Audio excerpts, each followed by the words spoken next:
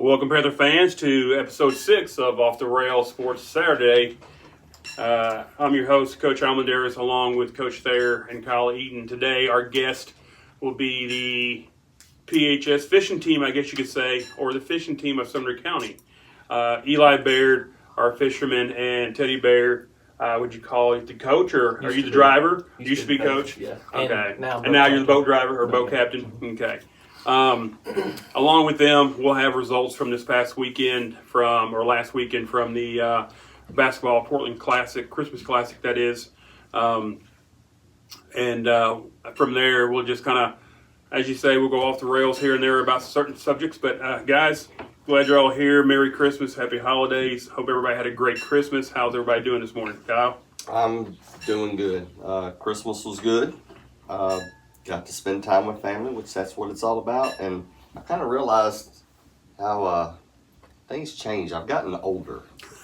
When I was younger and starting out, you had to go to 7 different places in about a 4-day span around Christmas.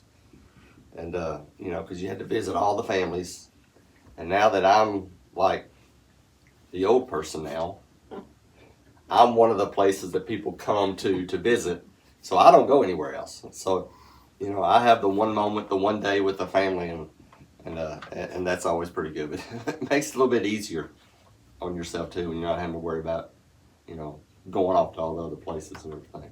But it was kind of weird, 70 whatever degrees outside. Made it good to push all the kids and grandkids outside to play with their toys. But other than that, it's kind of weird. I don't remember being that warm on Christmas Day before. I lived in Texas at one time, and I think it was 75, 80 degrees on Christmas Day one day. There's a picture of me and my dad working on a project, and we don't have a shirt on back when I was in middle school. So I've been to that point. I've also lived in Iowa where we've had 6 feet of snow, and it's 2 degrees outside. And so I've been on both spectrums. I like the weather. As you said, we're getting older, so I enjoy the weather like it is now. That way you ain't got to worry about if you have to go somewhere. As you're going and visiting friends and relatives and everything, you don't have to worry about trying to drive through the ice or the snow or anything like that.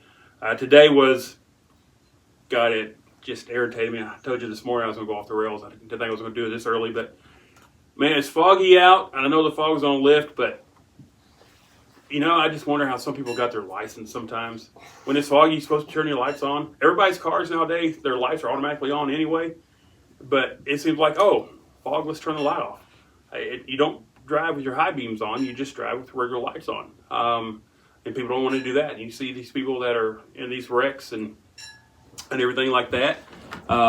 You wonder what they're doing. Everybody gets in a hurry. That's another thing I was watching over the last couple of days was to make sure you're checking your lights. Yeah, speaking of which, make sure his lights was turned off. That's the boat captain for you. I could have swore I turned my headlights on. I know I turned them on earlier. But it's just, I don't know. I see these where there was a wreck over there by 65 and 52, I think, last night. And you just wonder, how critical was you trying to turn, or they was trying to turn, or what happened to where you couldn't have waited 5 seconds to delay and go and make sure it was safe, and everybody's trying to get in a hurry and get there. I understand that, but it's just with everybody driving and everybody's trying to get there in a rush, and you need to be careful when you do that. John, how was your Christmas? It was fun. Sure. It was just Christmas. I spent the week with my wife, so I had an absolutely great time. Didn't get bugged much from work. So I actually muted my phone and put it in the other room, which is highly unusual for me. But it was great. Anytime I can spend a week with my wife, it's great. So I can't complain at all. And it was nice. I could ride my bike every day. So that was good too. Then woke up this morning in the fog. It was perfect segue to fishing. Because how many mornings have you started in the fog? A bunch. We have fog delays, and it's not very fun on fog delays when you got 250 boats sitting out there doing nothing. I remember growing up, that was one of the things when you get up that early and hit the lakes, it's foggy a bunch of times. So with us here on my left, we got Teddy Baird, the boat captain of the fishing team. Over to the right, we have Eli Baird, our fisherman for the PHS. So guys, it's been a little over a year since you was on the show last. It seems like every time we try to get you on, you was in a tournament or doing something, and then it just kind of, I'm not saying that you kind of slipped out of our minds or anything, but all of a sudden we go, oh man, we got to get him back on. And today, what we'll do today is we'll talk a little fishing, and then what we want to do is maybe after the live broadcast ends on the video, we'll take the iPad out, and they got the boat here. We'll do a boat tour. Let them do a boat tour, and that will be on the video. I want to apologize for last week's episode 5 video. It was not put up. It was because of all the background noise from the basketball tournament. I tried for 4 days to cut that out, and so where you could hear what was going on, and you couldn't do that. I couldn't do it. And so there was no episode 5 that was posted on YouTube video-wise from Off the Rails last Saturday. So we got to make sure we get Coach Stein and maybe the girls back on from the basketball team to try to sit there and at least get a video done. Although the audio was good, you can still listen to the audio and all that. Eli, how was your Christmas, and what have you been doing here in the last year or so? We're pretty good. Christmas is always a great time of year. You know, just not only just opening up presents, but like what it truly means, you know, and of course the fellowship with the family and everything like that. And for our Christmas, a lot of our stuff is done on Christmas Eve, and so Christmas Eve, I guess mid morning, afternoon, we're at his family's, and then that night we're at my mom's family. So kind of just going back and forth right there, and then Christmas Day was really good. Of course, it was at the house, and Mom always makes. This time we had some pretty good sausage balls. I really. This time was pretty good. The last time it was not good. Ours is the question.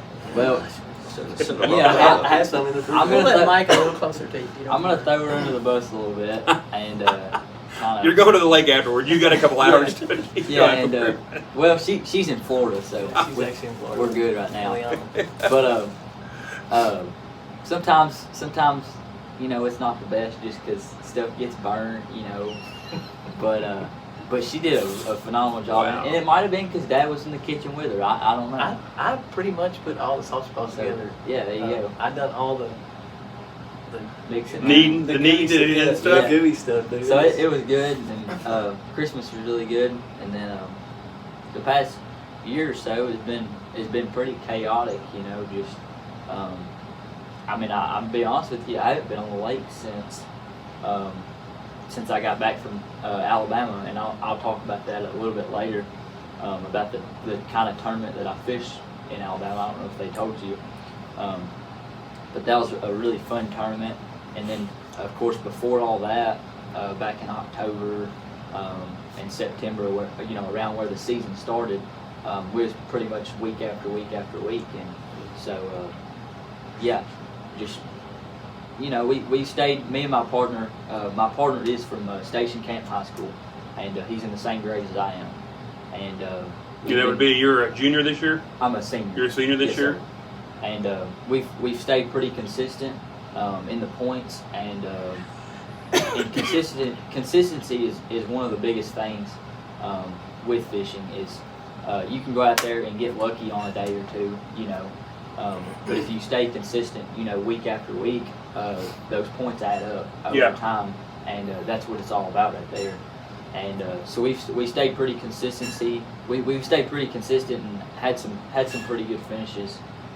Which I'll talk about later, but yeah, just fishing and been working a little bit. And so, one of y'all explained we had a fishing team, BHS fishing team. We had 2 boats, and then we were at the last time we kind of talked. Those 2 boats was looking to maybe even go to 4 boats, because we had a middle school fishing team kind of going on, and people wanted to do that, and we're getting team members and boat members and everything. And then you was losing your older brother as your boat mate, I guess you'd call it. You was bringing on your sister Eliana to be your boat mate, and you know, we talked about that. And then all of a sudden she changed course and went into cheerleading. And then next thing I know, there's no more fishing team. So did Eliana leaving, going to cheerleading? Is that what caused? Tell everybody what happened. What happened and what brought about the PHS fishing team kind of disbanding and going into a Sumner County fishing team? Is that what that is, or are you just kind of fishing? What's the word I'm looking for? Not individually, but Like a club.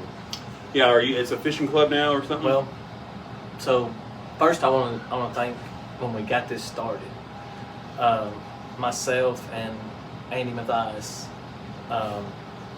We had a vision. We started the middle school team. Jackson Howell was a huge supporter of it. Our kids, mine and his kids both, went to Portland East Middle School. So Portland East Middle School had the first fishing team. After a couple years there, then we started the high school team. Dr. Woods has been awesome. After we got it started, our kids has went through the high school part of it. So the original team, I want to thank the original sponsors. They all know who they are. We kept those sponsors pretty much the whole time. There was a few that didn't get back on our jerseys again, but all of our sponsors have been supportive of us. It's just so many different people. But when we started this, we wanted it to be the middle school and high school team, and so that's the reason why we had the Portland fishing team. We didn't want it to be Portland High School fishing team or nothing like that. The last 2 years, we've had a Portland High School fishing team only because there's not been anybody from the middle schools that wanted to fish. At the end of last season, we only had a couple. We had 4 or 5 boats last year, but we only had a couple that was really actually fishing and being competitive and fishing more than 1 or 2 tournaments a year. So through the summer, we didn't have any new people or anybody else that wanted to come forward. We had us and the Chad Pearson's boat, which is Mason Pearson and Blaine Gregory. Well, they decided that they wasn't going to fish the Tennessee Bass Nation, which that's the one that's through Bassmaster. Okay. That's like the high school trail. That's the trail that we've been with the whole Through time. the schools. And we talked about the North Central, the Yeah. South Central, and all Yeah. that. It's all that. Well, now Bassmaster has put they kind of gave them some rules they could go by. They have a state trail which covers the whole state, and that's where the points come in. They have different points brackets. So he does state tournaments only, and it's a points thing where he's at. And then there's a central division, or now they took away the central division, so there's only an east and a west. There's no longer a north central, a central, east and west anymore. Okay? So it's really confused everything up, and it's also took away from the Middle Tennessee area. Because that's where it's going to split. It's somewhere in the middle of Tennessee. Yeah. So where is the split? It's basically Kentucky Lake and Barkley and Pickwick is all on the west, Okay. and everything else is for the Center east. Hill is Yeah. over on the east side. Yep. Where are y'all? What are y'all? Are y'all east? So what they done is they took away the central tournaments for this year, because this is the first year that they had to split it up like Yeah. this, and they just had to get a schedule out there and everything. But they took and made a state tournament at O'Hickory, right? Yes. So it was actually supposed to be at Percy Priest, and then we fished at O'Hickory. Yeah. So they swapped it up. We wound up going out of O'Hickory for a state tournament instead of a region tournament. Okay. So are you in the west or east division? We can fish them either one. Either one? I'm in every single one of them. Okay. Yeah. Okay. So he fished Watts Bar. So you want to talk about that? Yeah. You want to talk about that's the first tournament of the year, wasn't it? No, second. Okay. Where was the first one at? Kentucky Lake. Okay. And that started when? Back in. The first week of September. Okay. I think So- September 9th. Wasn't it? Yeah.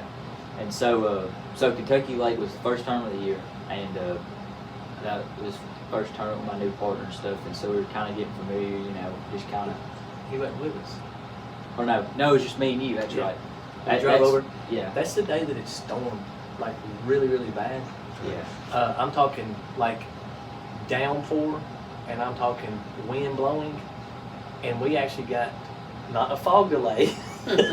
We was in a storm delay. Wow. We drove through the storm somewhere between, I guess, between Nashville and Dixon on the interstate. We drove through it. And I mean, it got down, I had to get down like 10, 15 mile an hour to get over there because I drove over that morning. But we got there probably, an hour before takeoff was supposed to happen. But Well, we wound up about an delaying hour before, like 2 hours. supposed to be in the water. So I'm pretty sure we like sat there and took a nap. Wasn't it like 2 hours delay though? Huh? Wasn't it like 2 hours delay? Yeah, so we got the boat put in, and where it's at on Kentucky Lake, it's more the riverside. It's down toward Pickwick Dam, and it's it's called the Beach River, Yeah. and it's just a big old long creek basically. And so we put in back there, way back there, so you kind of got to idle all the way out to the mouth where the tournament's going out. Yeah. So we kind of just took our time, and 2 hours later we were able to take off. But that tournament, with me and him, I practice about 40 or 50 miles like away from that boat ramp down towards Pickwick Dam. It was 70 miles. Or 70 miles, I'm sorry. One way. Yeah. Yeah. So we put in down there towards Pickwick. This to is practice. about a week prior. We did on that Memorial Day or whatever's in the fall. Labor Day. Okay. We was off of school that day, so I took him fishing. We knew what you meant. But we put in down there, but we had to make that run in the boat that morning. So an hour of wide open. Yeah. We had to idle it back a little bit where we'd have enough gas to get back. But I needed a little bit more than half a tank of gas when I got down there. So basically, I've actually brought the baits that I literally used. Well, mainly this guy right here. But during practice, something that I was really locating to try to find was brush piles. And so every brush pile, every good deep, in about 15 foot of water brush pile I found, I'd scan it and I'd try to fish it a little bit because a lot of those fish were set up in those brush piles, like a lot of the smallmouth and stuff. And so I had actually caught one that was just shy of maybe 3 or 4 pounds. So it was pretty solid. And then I started getting bit on a couple other ones. So of course I had all these marked. And so we ran that tournament morning. We ran 70 miles to those spots or whatever, and they were pulling current pretty good. And I was like, this is gonna set up to be pretty good. And I get to the first pile, and like I think I don't break one off, but I like lose one. And like first thing, I'm like, all right, I've got all day. I mean, I can do something with this. And I think I lost one on top water too. He didn't eat it all the way or something. I don't know what the deal was. And so we kept going up to some of our other spots, and it was just dead. They were nowhere to be found. And I was like, dang. I was like, I don't know. The week before they were there. Yep. Okay. And a lot of times the weather didn't change much other than that storm. That was it. And a lot of times like it would have changed when these brush piles and stuff are a lot deeper, 10, 15 foot of water, those fish aren't going to move. They're sitting on a piece of structure. They're not chasing bait or nothing. They're sitting in one solid spot, And so that's what I figured, I'd be fine with. Now, let me ask you this, because I'm ignorant about fishing to the point that where y'all are at. But when that storm comes through, doesn't that stir up a lot of stuff? And will that not let the fish decide to go out and go chase something that's normally not there? Because like you said, it was normally calm water or to the point where they're not going to go. But with this storm coming in, water rising, change the temperature of the water, it could. and it can sit there and stir up some stuff to where they might decide to go chase something and not be there. The current down there, because of the narrowing of the river part of it, And how close it is to the dam. Yeah, it does not stir up as bad because you've always got that rushing water kind of. Yeah. So it keeps it moving. In your backs of your creeks and stuff, that's where it's gonna change. water runs in, like off of runoff. Yeah. All your ditches are off the roadways or whatever. That's where your water's gonna get muddied up. And a lot of times, you can take Hickory is one of them that does not clear up a whole lot. I mean, it's a mud hole. Mm-hmm. But if you can find that cleaner water, well then when it gets dirty, when you've got that changing of that color, a lot of times the fish will set in that dirty water and attack what comes in the clean water. Oh. It's kind of a strategic little move that they make there. It's It'd kind be of like being in a blind for a hunter or something. Yeah. yeah. You're sitting out there, It's they like can't see you. They're setting up around their prey and then they're going. Yeah, it's also kind of like rocks and like he's talking about the brush piles. So these fish, a lot of times, I was able to sit there with that live scope, and everybody on Facebook and whatever, YouTube, whatever, is cheating. All these older guys like it's cheating. These guys need to learn how to fish and all this. Well, these brush piles, you can see these fish setting in them brush piles. And when he throws and he brings his bait, you can see his bait coming by it. Them fish will come out. And I mean, it's just awesome. They come out and they just smoke it. It's almost like fishing in a tank, in a glass tank. It is. Because and everything. So let me ask you this. But they don't bite every time. Right. It's like maybe 1 out of 500. And that's the thing that he done. Like the one where he knew that there was some big, solid smallmouth at. It was in a spot where there was a lot of current, and there wasn't really nothing above us to break any of that current. So the boat had to sit there. He just put it on spot lock, and he knew where the brush pile was because he had it like kind of marked, like throw out that way. Well, he sat there for over an hour, throwing, changing bait colors, changing the scope heads, changing different weights, just to try to get them to trigger. Throw a jig in there and just drag it out. Yeah. I mean, he threw Live so scope was many not different really places. like the only thing that I used that day. I mean, I threw top water. We got up in some shallower creeks. There's times and you'll stuff. throw something out there just to throw it out there, just to give them a different look, Yep. and then come back with something else different. Yep. But knowing that one bait's not going to do anything, you're just trying to get something out Yeah. there to go. I'm just trying to get a trigger strike. Yeah. It's all about the reaction. And So yesterday when I was at Del Hollow, dude, I was sitting there, and I'm not as good as him as far as you've got to line that scope thing up where you throw right there, straight ahead, and then you got to be able to keep the boat the way you need it to. You got to keep that head pointed to it where you can watch your bait come by the fish. You got to be able to see the fish. It's a lot of different things. He's a whole lot better than I am, especially if the wind's blowing a little bit. I can't do it. But yesterday, I mean, they come out, them fish would shoot up off the bottom, and that bait would be 10 or 15 foot. At Del Hollow, these clear lakes, they can see that bait a lot further away. So you don't want, Right. like what he's got right now is kind of a natural color, and it's not bright. You don't want a bright color on a clear lake. it's gonna scare 'em. very obvious. It was Talking about this one? Oh yeah. Yeah, you want it to be like a green pumpkin. So You that's know. that's like a natural shad. Of course, it's got like a white belly. You see some other A colors little like shiny that. on top, which is like a Yeah. shad would be. Yeah, that's like a green shad. There's one like a gizzard, and it's got more black on the top of it. And all these are like white belly. And then you go to lakes like Pickwick and Kentucky Lake and stuff. Those baits are really good there. You just need something a little bit more brighter because the water's a little bit more dingy. So And then sometimes you'll have like a brown, maybe or yeah, not a brown, but like a bluish color to them. like a blue or like a little bit of a chartreuse belly maybe. A sexy shad color is more lighter Sexy blue. shad color. That's what I've always Like, thought. explain to people that don't understand what a sexy shad color is. So a sexy shad is like a color scheme that was brought up by like one of the best fishermen ever, Kevin Van Am. Yeah. And it's like blue at the top, and then there's a little yellow in the middle in the mix, in the middle of that minnow bait, and then it's a white belly.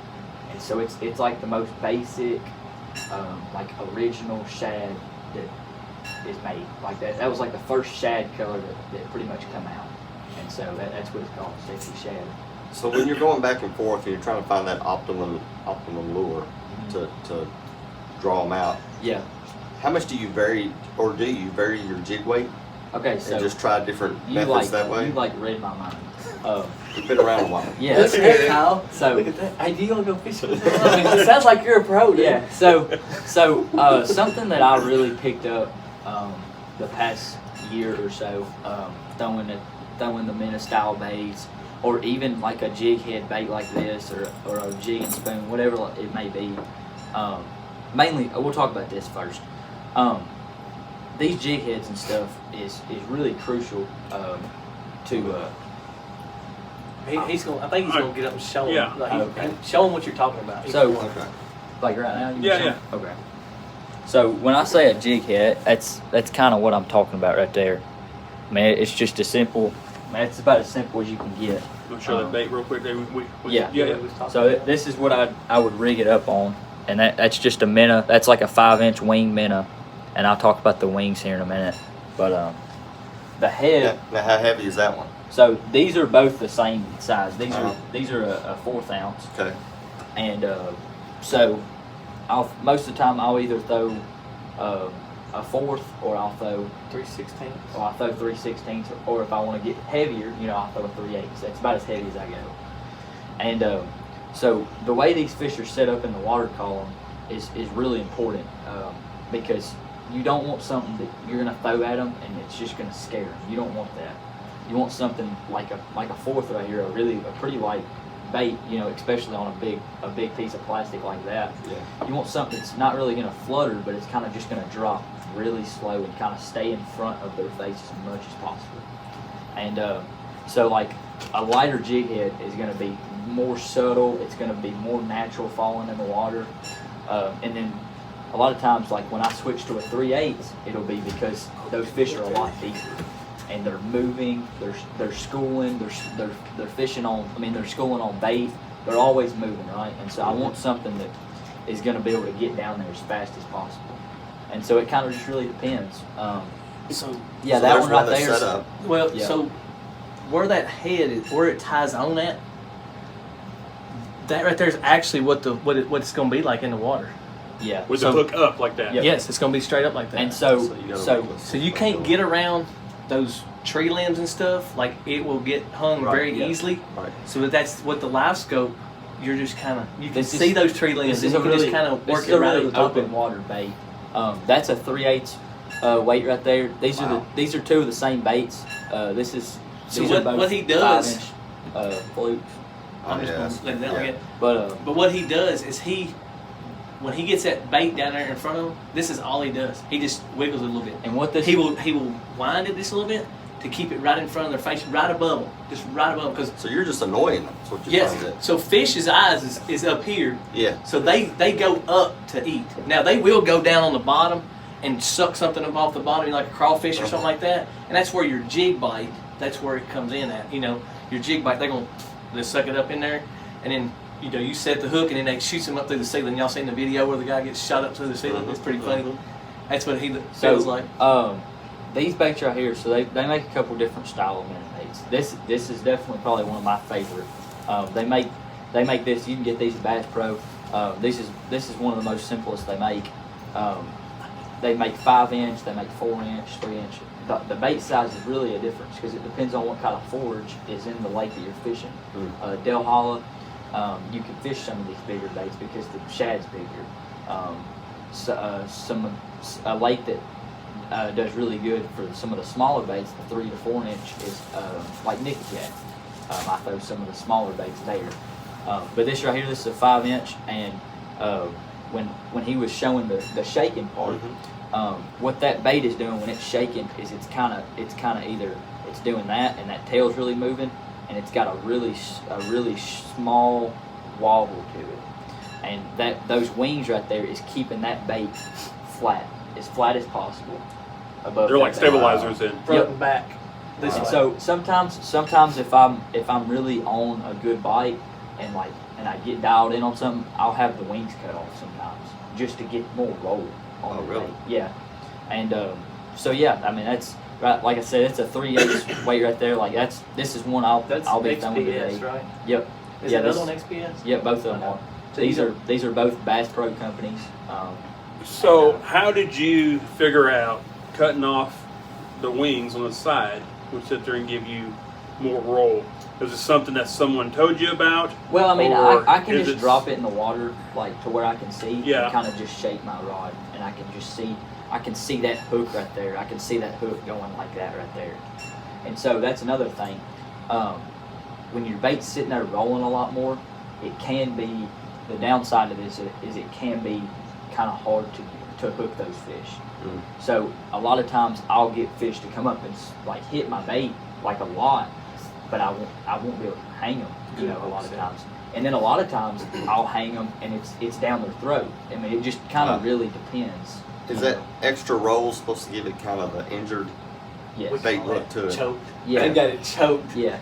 So like there'd be days, and the state championship I fished last year. There was days. It was a 2-day tournament, and I literally could have won the state championship. I mean, I was around the fish to do it. And He actually hooked the Yeah. fish that he had to win. He had to win the Oh. race. I'm telling you. And at Del Holla, which that's where the state championship was in May, they've got that slot. They've got that where you can only keep one fish per angler that's over 21 inches I think we talked about that. and one last under time. 21 inches. So Okay. you don't want to focus all your attention on smallmouth because it's so hard to catch that one over 21. And of course, you can only keep 2 of them anyways. Well, so we had found largemouth, and that's what we was focused on. He did not lose a single smallmouth in the tournament, I didn't lose a single And he largemouth could- in practice either. and he could not keep a largemouth pin. Ah. He would set the hook, and Eliana was there, with the net ready to go. As soon as that fish come out to make its first jump, spit it out. And I mean, I could see the fish. I know the fish was 3 to 4 pounds, each one of them that got off like that. This was on Friday, and this was on Saturday, both days. On He had a Thursday, chance. I was on a good little area that these fish was setting up. It was June, so these fish was setting on up It on was grass. first week of Yeah. June. Yeah. These fish was setting up on grass, and grass it holds more oxygen in Okay. the summertime, Makes and sense. it's a lot cooler. They're able to breathe a little bit better, and your- a lot and of your times bait. that's where the bait's at. They go and they eat the plankton and all that stuff Yeah. from off that. That's another thing when you was talking about when the water moves, that's what the fish, that's why they chase the bait, is because the bait is chasing the plankton. So all of them kind of work with each other. It's kind of like the, Circle of life. what is it, the mouse and the Yeah. snake eats the mouse and then the bird eats the thing, and then the hunter shoots the bird, whatever, I don't know. Yeah. I don't know if that was the right order, but Oh, we that was a good don't analogy. shoot an eagle. I mean, we don't do that. No, definitely not that. But like I said, I mean, those fish was set up. These good, solid largemouth fish was set up on the backside of this grass, on the side that's not facing the river, more towards the bank. This grass that was in Del Holla is what you call milfoil, Yeah. and so it's really tall. And so I could see on the live scope, I could see it. I could see those fish set up behind it, chasing bait, moving around. And so I actually caught one about 5.5 pounds, a largemouth, in practice. And then of course there was some more around. So I was around the right fish. And of course I had a couple on, but I don't know what it was. Couldn't land And them. that's the thing. I was using a bait like this, and there would be times during the tournament where I would hook a smallmouth and I'd get it in the boat, and of course I wouldn't be able to keep it, but it would have my bait choked, like literally down its throat. And then there would be, I'd catch a largemouth or something, and I'd get it in the boat, and it'd be hooked in the bottom of the mouth, or it wouldn't even get hooked at all, and it'd jump off. So it was just, it really, that's like how, like down, that's how hard it is to hook some of these fish with these baits right. and get them in the boat.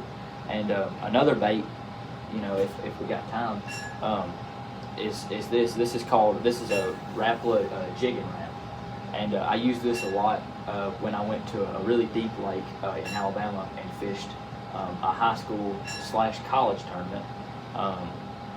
And this lake is called Lake Martin. It's in Auburn, Alabama, and this lake is really deep. And they hold spotted bass, your Kentucky spotted bass, but they call these the Alabama spots, and they get a whole lot bigger than around here. And so a lot of those fish are set up really deep in schools and stuff. So I like to throw something like this that really helped me, catch a lot of fish in the tournament. This is the ripping wrap, and of course, I mean, it's got hooks all over it, right? But it's also this is a 7/8 ounce right here. And it gets Again, down- you've got the barb going up Yep. instead of coming down, except so- for the one on the belly. Yep. And so this right here, basically, as you can tell, there's 2 wings back there, and I'll show them. You can see those. You can see those wings right there. It's Yeah, crazy. I'll let y'all hold it. Now this will be, you put this on a bait caster.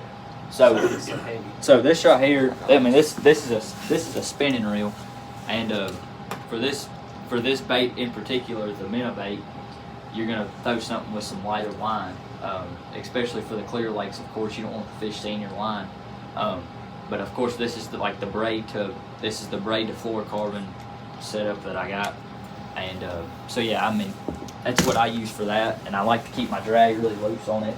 That way that fish can, I guess, get hooked better. But on this So that one's constantly moving. Yes. That So was- this one, I'm dropping it down in front of them. I'll make a maybe 60 feet cast max. That's what how I judge that.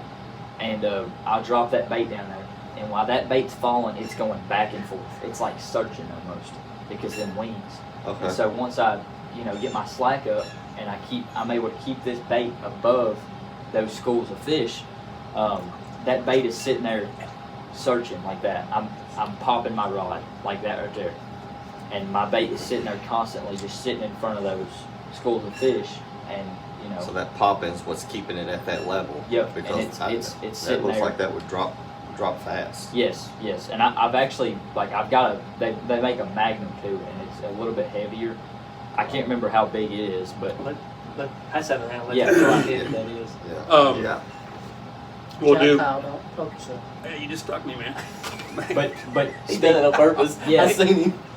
but speaking of fish not getting hooked well, that bait right there. I did it too. That bait right there, you've got to be really careful. You can hook those fish really deep, and by deep, I mean 60, 70 foot of water, and I got to set the hook pretty good to get them hooked, and they don't got it really well, and that's just because how fired up they are to grab it, so they're not really caring about getting hooked. They don't even know it's got hooks on it, and so once I pull into them and I'm cranking them up, they like to jump a lot of times with this bait just to try to spit it because it's treble hooks, and they realize that they've got 16 hooks in them, right? And so I try my best to when I see them coming up and I see them down there, I try to get in the boat as quick as I can. So on their jump, he's throwing them in the boat. Yeah. Oh, It don't matter if they trying to come off time in the it, bottom of the gotcha. boat. Yeah. Right, Gotcha. they're in the boat. Basically, there's been times where I just pull it up and while they're jumping, I just move my rod a little bit and just let them jump. You use that force to. Yeah. So So we was at Del Hollow. We was preparing. Yeah, we was camping. yeah. So fall break, he had a tournament, and we pulled up on a point, and I hung a good smallmouth, and that joker. I was on this side of the boat. He come around the trolling motor, and then he shot up, and when he jumped, I just kind of pulled him, and he just went, thump, jumped right in the boat. And mom was sitting in the passenger seat, and it was flopping everywhere. She was over there reading her book or whatever, but it's just it gets pretty hectic sometimes. And I'm gonna tell you, we Should have timed it right in her lap. Oh yeah, That would've and been- there's been times where I he threw them all over me. yeah On they my would face jump and up stuff. they're in a tournament and stuff, and I gotta get them in the boat. Yeah. I'll just pull them in there, and it lands in his lap or whatever. It's just part of it. But We're going to take a small break. When we come back, we'll continue talking fishing with Eli Baird, Teddy Baird, with the, what do you call it? Is it Sumner County Fishing Sumner. Team? It or- is now, Okay. yes, sir. With the And Sumner we'll talk County, about that a little bit. with the Sumner County Fishing Team. But you're listening to episode 6 of Off the Rails Sports Saturday here on PSN Network. Well, welcome back, Panther fans, to Off the Rails episode 6 of Sports Saturday. Here with the Sumner County Fishing Team, Eli Baird, the fisherman, and Teddy Baird, the captain, the boat captain. During the break, I asked about the live scope. We talked about the live scope. Have we need a you, video of that. I'd Sir? like to see that thing. Yeah. When we do the video, we'll show you. We'll Okay. show you out there. Yeah. I want to see one in action. I want to see a little fish and the lure coming by. That would just be freaky. I've never Well, seen nothing like that before. today, if I get on a school, Yeah, I can video. I'll have him That would video be the cool. screen Yeah. and send it And I'll to send y'all. So- Wow. You've got, now you still doing TikTok? You still got your TikTok Yeah. channel? Yeah. What is your Go ahead and throw it out there. Throw your TikTok so channel. my socials and everything on Instagram, Facebook, TikTok, and then I've tried to start doing YouTube, but I always forget to film tournaments and stuff. But it's Baird fishing. Every single one of them are BAIRD and then fishing. So on all that stuff, you don't have any pictures of the live scope or anything like that. So if you go out there today and you record, You remember it me could be telling the you first that time. I had a new phone. Yeah, it was on that. I lost some videos. I lost some pictures and stuff.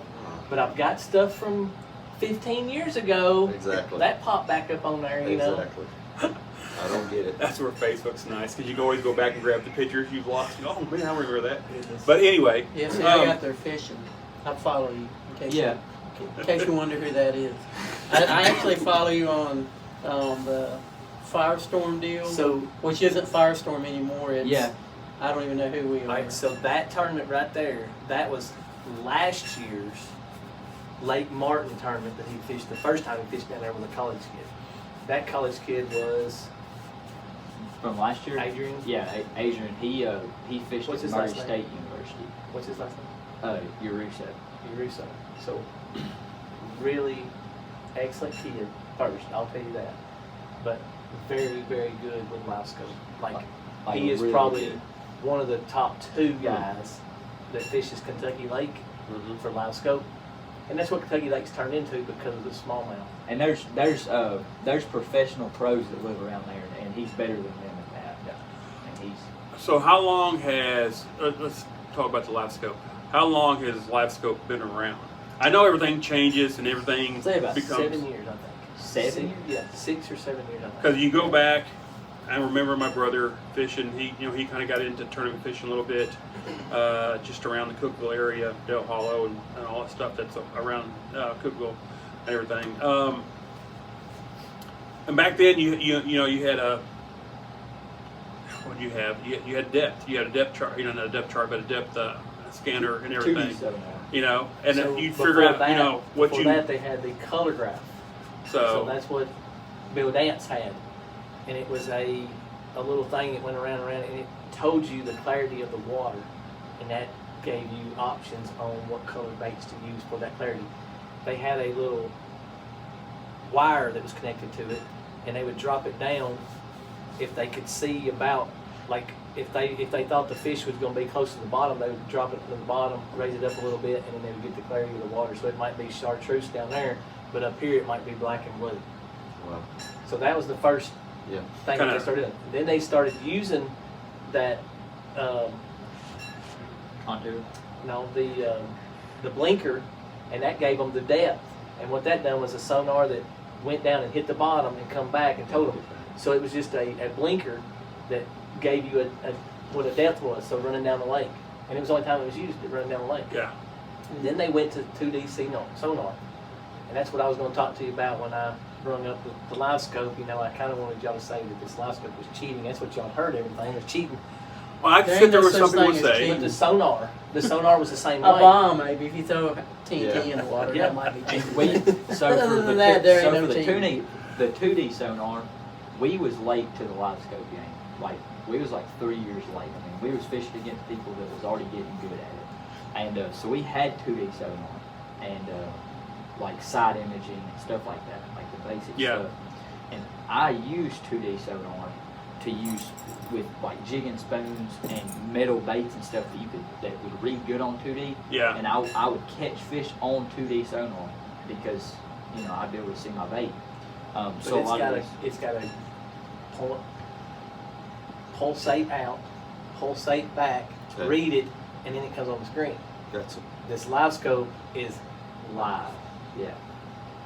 And I mean, that's where I'm saying it is just, it's unbelievable when you actually see that fish come out of that brush pile and just smoke that bait. I mean, it's just, Wow. it's awesome. And this was made for crappie fishermen. That's when live scope, that's why it was made, was crappie fishermen. Huh. And then Really? they made it for crappie fishermen. That's Because interesting. you get that Big brush pile. Yeah. and you throw it out there and you watch your bait, you let your little minnow fall down there, and then boom, they get it and you pull it right back up. But Catch more limbs than you do. yeah, It started out to where it would just be on like a pole or something, not on the trolling motor. And so when it's on like a pole or something that's not your trolling motor, it's just sitting there. You can sit there and almost like target lock what you want to be on, you know, by your hand Yeah. or by a click of a button or whatever. And then these pros and a lot of the guys that, you know, that was sponsored by Garmin and Lowrance and Humminbird, these companies that make them, they started putting them on trolling motors and started making mounts and stuff for the trolling motor. And so every time you move the trolling motor, you know, and then they were like, man, I mean, I can start throwing it whatever fish I wanted to. Underneath docks. Docks. That's huge. Through brush piles, you know, whatever it may be, I can start fishing, not just crappie, you know, I can go out and just fish these bass, you know. So let me, if you want to talk, let's talk. I got a thing that just kind of popped in my head. I'm not calling it cheating because sports need to evolve, okay, and all you're doing is evolving with technology, okay. But it just got into my head. You can almost take fishing as the same thing as bodybuilding. Do you ever see a tournament, or even baseball? Let's talk baseball here. Do you ever see a tournament that's going to happen to where it's going to be a natural tournament and you can't use technology? Yeah, You already got it? So that's just like having a wood bat tournament, correct, Coach? You Yeah, can't use that's- aluminum. You can only use wood bat type of thing. That's and- more of a money grab kind of deal going on. Well, there. just, you know, but they're trying to make you think if you come to this wood bat tournament, you're going to get picked by college. Well, you ain't going to hit no wood bat in college, so what the point? It's just showing that you You're ain't not as good hitting as you wood thought till you you get would. pro. Yeah. But Yeah, so, so like the tournaments and stuff, like I was reading on Facebook, I was reading like Center Hill's Facebook page or whatever. People was talking about tomorrow they're having a no live scope tournament. There's a fishing Okay. club and they're doing a no live scope tournament out of one of the bridges tomorrow. And so, and then they because I can got see a bunch lot of different ones. local anglers sitting there going, Oh yeah. Well, the key Well, is how I much wa- does I one of wanna- these things cost? Can I ask that? Oh, I mean How many Christmases does that take up to get? So we got it. We got it 2 it's Christmases ago. hefty. it's We'll get it in the next 3 Christmases. So we won't It get has nothing, I promise. gotten a lot cheaper though. It's because basically it's been out the- for so long. The head that you'll see out there when we go out there, Yeah. that's on the down there by the motor of the trolling motor. That unit down there, that little piece is basically $1,200-$1,300, Really? and then your screen can be anywhere from you're gonna end up having a 40-inch screen I on know, your boat. the So you biggest, see the biggest thing. So our tournament trail put out a new rule last year. Bassmaster did. Bassmaster. I'm Yeah. sorry. Like the whole ordeal. Bassmaster from the pros to the high school kids put out a rule of how big your screens can how be. many inches. How many inches your screens can Now be. this is total for the boat. Like if your you back got if you got screen. 3 10-inch, that's 30 inches. Okay. Well, some of these guys has got a 16-inch screen, and then they might have a 10 at their console. So the 16 is that what Mason's is?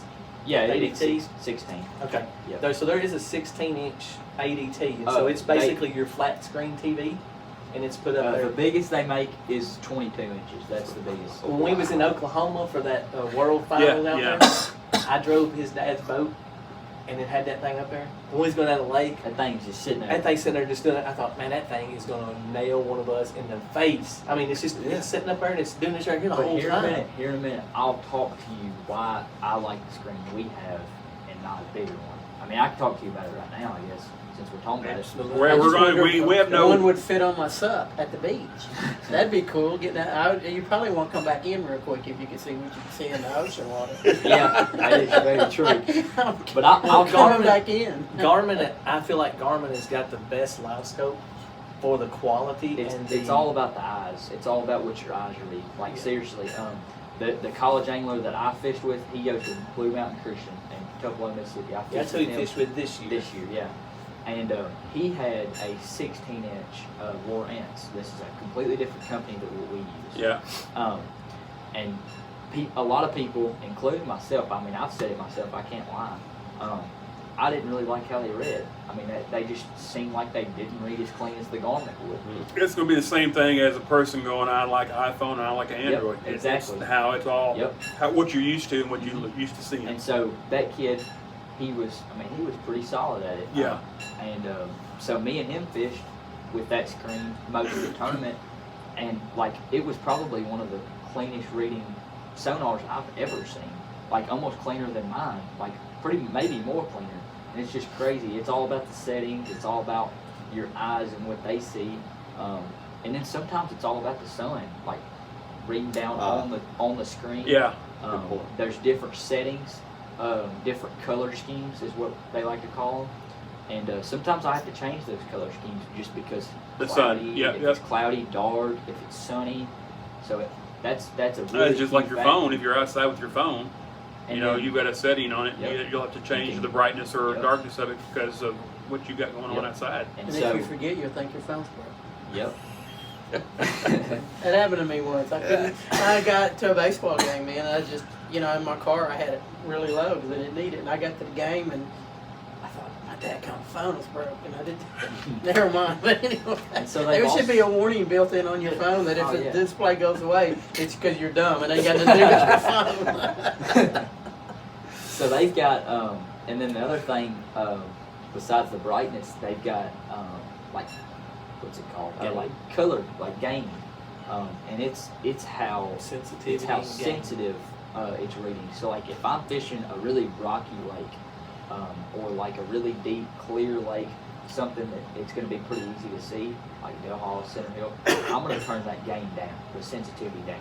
Yeah. Oh, no, I'm sorry. It's the opposite. I'm going to turn the sensitivity up, just because Because you won't get all the reverb from it. I'm not going to get any trash, so I'm going to turn it up. That way I can read and I can see fish. Because on these clear lakes, the farther out you see those fish, the more chance you are going to be able to catch them. Because those fish are going to see your boat. It's just part of it. Yeah. And so it's the far. So if I set my distance to 110 foot, which is a lot of times where I keep it, but just because like with a spinning reel or bait cast, that's about how far a good long cast for me is. So I know where I'm casting, right? And so So it's kind of like golf. Yep. You got to figure out how far you Yep. can cast, how far each club you hit it. And you're looking on that screen to see how far that fish is away from your boat. and So you you got gotta another kinda thing gauge with that. distance and stuff. You want to make sure you have it set where you can throw past that. You don't want to, especially with these minnow baits right here, you don't want to throw on top of these fish, or they are going to get spooked, they're going to get scared. You want to be able to throw past them. That way they don't see your bait drop in the water. They want to. That way when they see it for the very first time they see your bait, it's sitting there just rolling past them, right? Right. And so, and just so live scope, I mean, there's a lot to it than you think than just going out there and just throwing fish. I mean, there's a lot to it. You can. You got guys like Drew Gill, one of the pros, who bed fishes with it and fishes shallow water with it. A lot of people don't fish shallow water with it just because they want to fish the deep, the deep Yeah. stuff and be able to throw it for fish. Well, they bed fish with it and set it up to, I think it's called perspective mode, and where it's set up to showing the bottom and what beds that the fish make to spawn and stuff. And so there's a lot of stuff to it for sure. Man, we're fishing is. I just sitting there thinking. Technology. You brought up something a while ago though about the different sports. And you brought up the wood bat thing. Yeah. So I want to bring up that live scope is just another tool Yeah. that we're able to use. I feel like that it's no different than when I took him to go get hitting lessons for baseball. I took that money and I put that towards him Right. to be able to hit better or to be able to pitch better. Well, did I make an advantage for him? I made an advantage for him, but he still had to do it. I can buy 3 of those live scopes and put them on there. Oh, dude. That don't mean you catch a fish. It's Yeah, just like I you still said gotta that one catch the time. fish. They were sitting there, and for whatever reason, they just wasn't reacting the way you wanted them to do. Yeah, Just like you know, yesterday, so- they would swim up there to it, and it was like I had a piece of dynamite on the end of it, and I done that, and they shattered. Because that's what it looked like. They'd run up there and they smell of it, and they'd just take off. They'd either take off and run down to the bottom, whatever. They didn't want nothing to do with it. They never hit that bait. Yeah.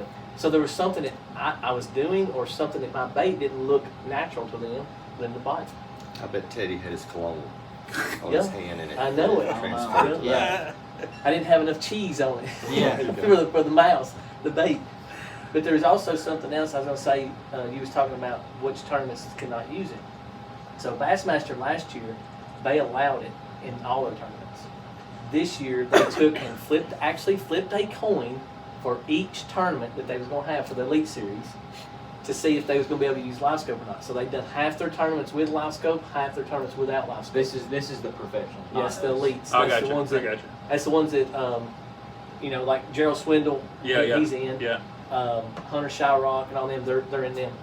Now Jacob Wheeler, Dustin Connell, you know, and Dustin Connell is one of his favorites, and Jacob Wheeler, because they do a podcast. You know, he's big on that. We sit in the house and watch it all the time, and they're just funny. They're good guys. They're from They've got a lot of really good stories, and all these pros do, especially them. They all room together and stuff For the on all these tournaments. tournaments, and they travel around the country. I mean, they got a lot of great stories.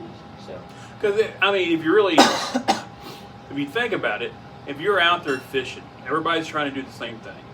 I understand you're not going to sit there the day of and say you two are in a boat, me and Kyle's in a boat. You're not going to sit there and holler at Kyle and go, "Hey, change your color." And you know, You but still you're gotta catch 'em. but yeah, you still got to catch them. Mhm. But you can sit there and go, "Hey, do this bait here." But we do.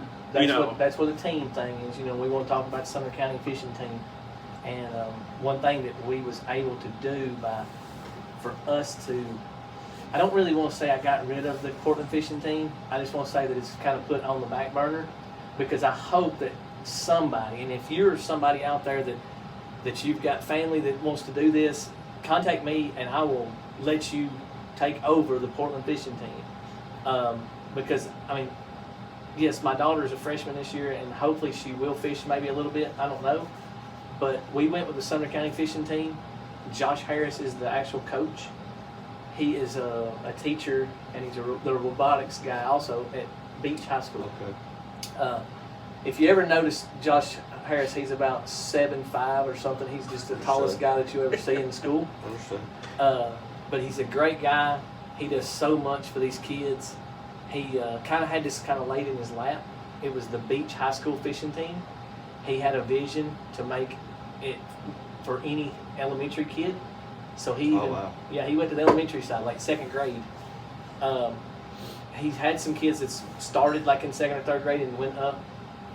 So he started the Sumner County fishing team where he could have that elementary side of it and the middle school side of it. Wow.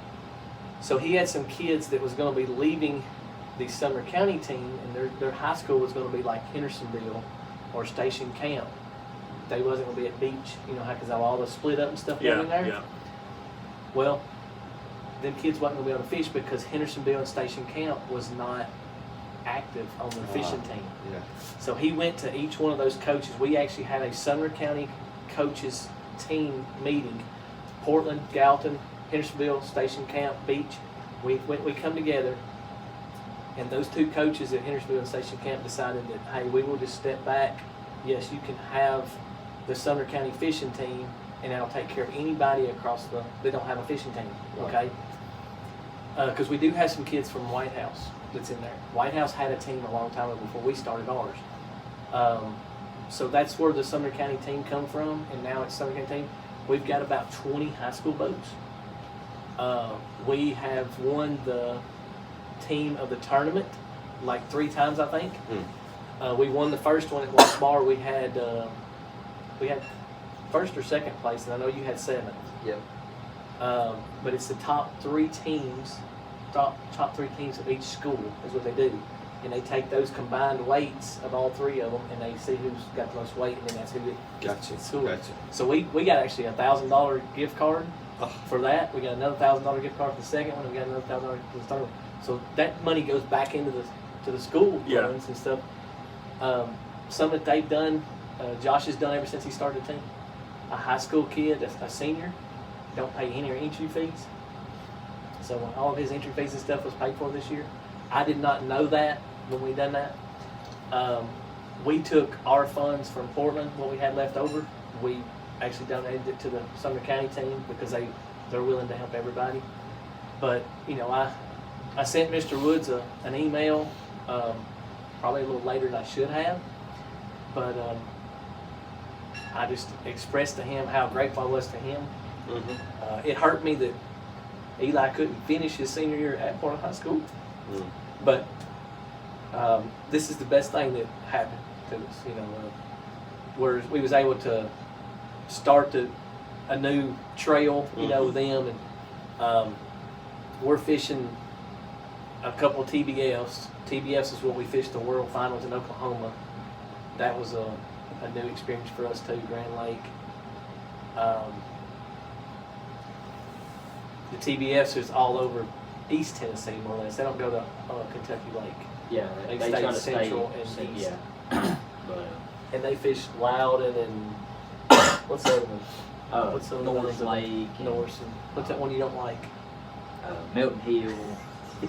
Can't stand those lakes. So It's you said you was Tennessee. partnered with a kid from Station Camp. Is he your partner through every one of these tournaments? Yeah, So, so, you're so- the 2-man team. No, you're partnering with him through the Tennessee Bass Nation. Yeah, the so- Bassmaster part. The like the Bass Federation. Yeah, I'm yeah, actually yeah. partnered with a kid that fishes for Sumner County. It's just a different kid. Okay. And the reason why we did that is this kid, he's the kid that I'm fishing with for the school. I mean, we fish a lot of tournaments, and so he kind of wanted to, use that time to take a break when we weren't fishing. So I picked it up with another kid for the different trail. Okay. And so this trail right here, it's a little bit different. It's a smaller trail. Not many boats fish it. But basically, what I'm doing this for is so I'm able to fish the World Finals and the National Championship for the Major League fishing side, which this year it'll be at Cumberland Lake in Kentucky. Oh, really? So yeah, and that'll be in June, and I'm pretty excited for that one. That'll be a really good tournament. It's a clear lake, just like Del Hall. And Basically fishes. so I I'm sorry, basically go ahead. you're good. I basically have to fish about 6 tournaments, just to be there. Like literally, I mean, of course I'm gonna try and do good and win. Yeah. But I'm there to win, like to win some money, But I'm just wanting to make sure that I fish enough tournaments so I can get to where I can fish the nationals with this new Right. other partner. So that's the plan for that.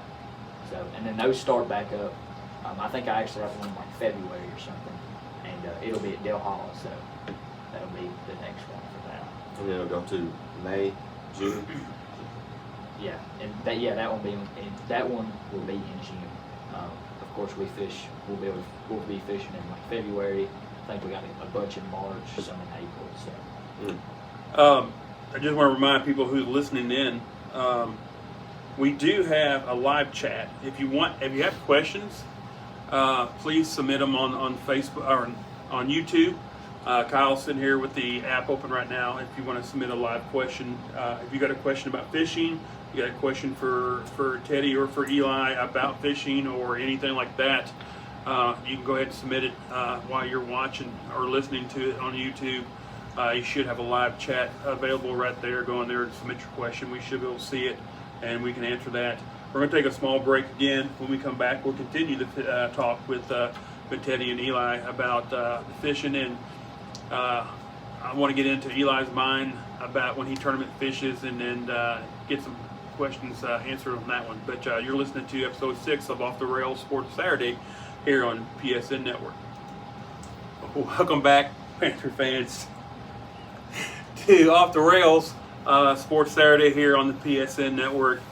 We just playing around with the live questions and everything, making sure we knew how it worked. I need to get my little yellow flag that I do to Kyle during the basketball broadcast when I want to talk, and the flag with you says it's time for you to talk. But It's in my other bag. I'll move it over there. Forgot about that. I do want to say, my little girl, she texted me and said they was listening. So Eliana wanted to say hi to each one of y'all. And I know y'all remember her from Yeah, the basketball, she's not a little girl. the no more. basketball she's up team. in high school. She's Yeah. going to be a mayor of town one She's day. top of that pyramid. Yeah, there's no doubt. Yeah, she's I just remember If she wants to be the mayor.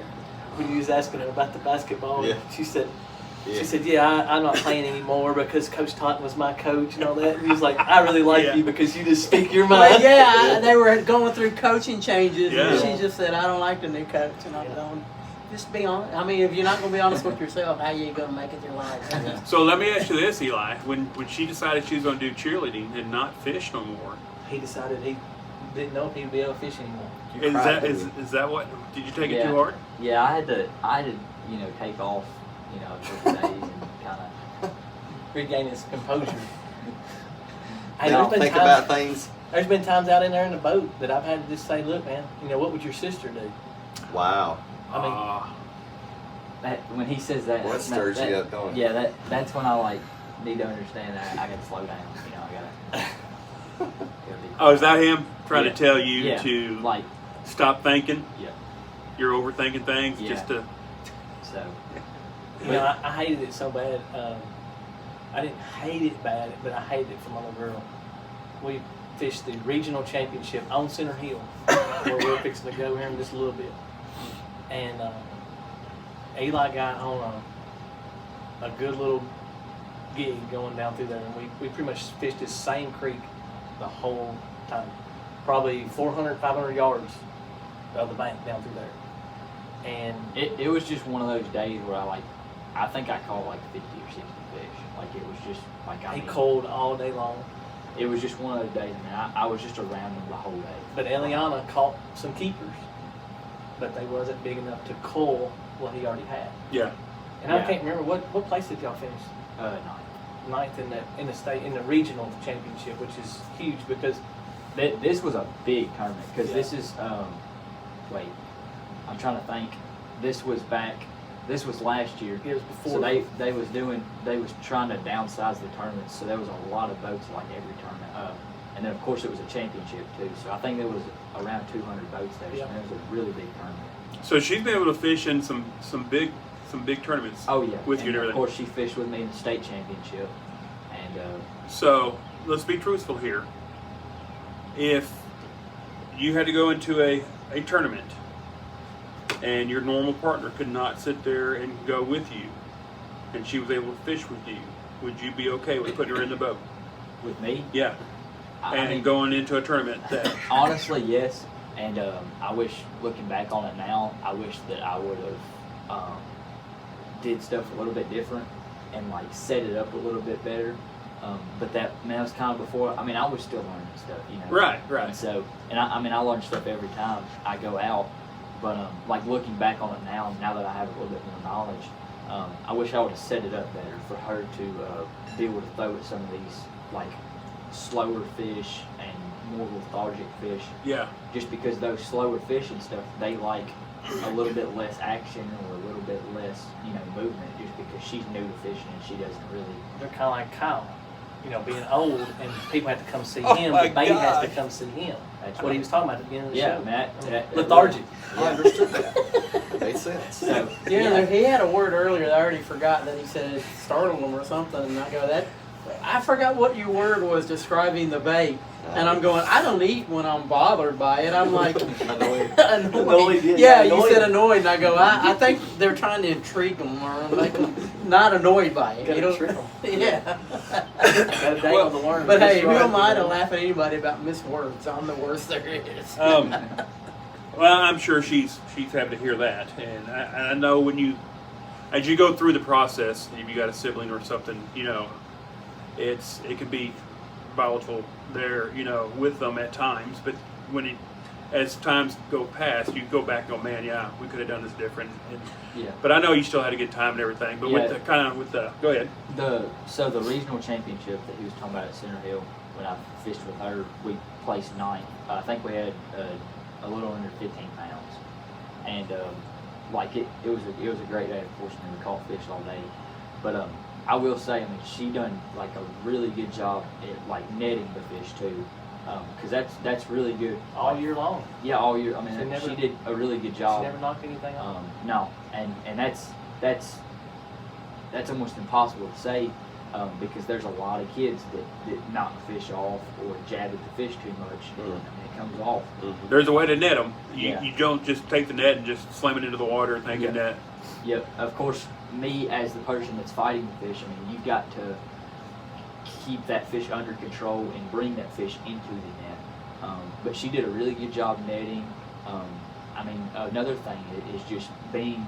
I said this at the beginning of the show. Being consistent, pretty much standing up and being hard at it and fishing all day long. Not a lot of people can do that. Being out there for 9 hours through rain, through hotness. That can be hard to do, and she done a really good job at that, and so I really do appreciate that. And that year would probably go down as one of my favorite years. Of course, I really enjoyed fishing with Caleb as well, but I really enjoyed fishing with her for sure. So.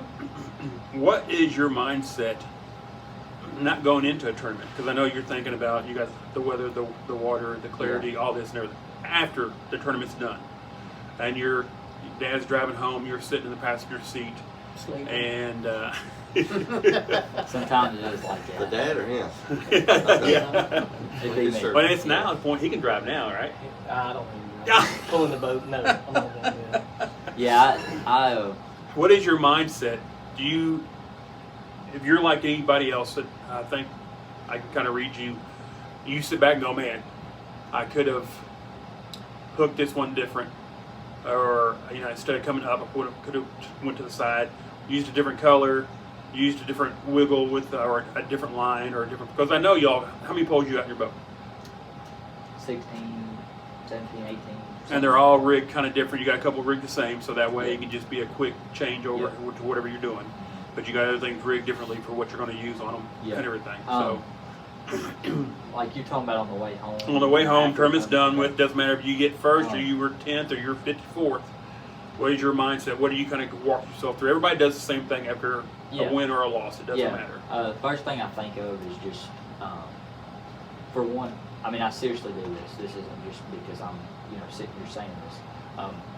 I thank God just for the fact that I got to go out there and do that that day. I'm really thankful for that, and that I get the opportunity to. And of course, I'm really thankful that my dad is my boat captain. There's a lot of people that can't say that. And so I really do appreciate that, and I'm grateful for that. But also, just looking back on maybe if I had some lost fish, maybe what I would have done different. And that right there, I don't want to think about that too much because that I get in my own head Yeah. when I do that. So I try not to do that, but of course that always happens. I mean, I always think about, well, I could have done this different. I could have done that different. I could have moved this fish a certain way to where he didn't jump off or whatever, But at the end of the day, it happened, and it happened for a reason. And so I kind of just have to go with it. And with the tournament fishing and stuff, it's really mental. It's a really big mental game being out there that long by yourself or whatever. So when you have these tournaments, if anything, if I don't take anything from it, I would definitely take out just having a disciplined mind, being subtle, and that has helped me a lot. Is having a disciplined mind, because the moment that I get beat down in my own mind, I mean, my day's over. Like there's no this, thing, or but. I mean, it's over just because of what's going on in my mind. I mean, it's just how it is. Because if your mind's not right, if your confidence is not right in these baits, you're not going to fish the baits right, and you're not going to be the best you can be out on the water. And so yeah, I mean, it's mental, and then also, I think about what was I going to say? Maybe some different spots I could have went to. Parts of the lakes maybe that I did not hit, and that I thought about going to, but I didn't. Maybe that is what I could think of too. Just And some I think areas. a lot of things we learned over the years, when we first started this, me and Andy would go during the week, and we would just kind of scope out the whole lake. Yeah. That's the wrong thing to do. I mean, you need to pick an area, and let's say 5 to 7 miles. It don't matter if you had to run 20 miles to get there, but you pick out a 7 mile area, Okay. and you focus on that 7 mile area. There's gonna be fish there. Yeah. There's gonna be areas that's got better fish, better quality fish, and probably more fish. But if you can't find that area, there's no reason in running from one end of the lake to the other. I mean, you look at Kentucky Lake, you're 100, 120 miles from one dam to the next. Yeah. I mean, there's no way you're gonna be able to catch that. That's So running around like That's what we done later on. That's what I told the boys. I was like, I don't mind running from Nickajack, from 40 down there at Jasper. I don't mind running all the way to Chattanooga. I don't mind it. It's a 20, 30-minute ride. That's fine. When we drove an hour at Kentucky Lake, we drove an hour because that's where we set up. And in the fall, that's where the best fishing is in that narrower part of the river. And there's more current down there. That's what we was wanting. So, like I said, I don't mind driving that. It's just when we focus on them areas, because if he goes there, and let's say fish is is focused on black rocks. Okay. Okay. Well, we're gonna try to hit every black rock out there on the lake In that area. in that area. That Yeah. you've selected. But if there's somewhere special that we've already fished at Center Hill that we know that bank has got a pebble bank, and that's what the transition of a big rock to the pebble bank, that's where the fish are sitting right now. We're gonna drive that distance. We're gonna hit that Yeah. because we know that bank. That's what we're looking for. If we know that the north side bank is the best in the wintertime because that's where the sun is going to hit the most, we focus on that. So in the spring, the water warms up on that side of the lake bed. First, yep. So we focus on that. We focus on a piece of wood. It might be standing timber, or is it timber laying out in the bank, or is it brush piles? That's what we're looking at. Yeah, We're trying to- and running the lake, especially new lakes that we're not familiar with, like in East Tennessee or whatever. Running new lakes and just running around and trying to find different stuff. That's the best way to just get spun out, like completely, and just be like, man, what do I do? I don't like. You couldn't even be. You might not even be fishing a tournament. You might just be practicing for the tournament. You can get spun out doing that just because you're running around too much. and then you've got so much to choose from, you don't know where to start. Yeah, and you're not familiar with banks and different types of brush that may be out in the water because you're new to that lake. Because those banks and stuff, even at like Del Hollow, those banks are going to change. They change constantly. I mean, it's the earth. It's part of it. Stuff falls through. You've got branches and brush that fall down in the water. I mean, everything changes. And so you've got to really just put yourself, I guess, in an arena almost, and just sit yourself there and stay in that area of the lake. So let me ask you this then. Do y'all keep a notebook on lakes and stuff? So like, it'd be like, best thing I think of is baseball. Or even in football, but baseball is a better one, in my opinion. You're going to a lake, so it means you're going to go face a pitcher. This pitcher pitches so many pitches. Okay, you got a whole scout sheet on this pitcher. What he pitches when he has person on first or second or whatever. What he pitches at the bottom of the inning, top of the inning, outs, how many outs, right-handed batter, left-handed batter, all these situations, so you can understand what you're going to get.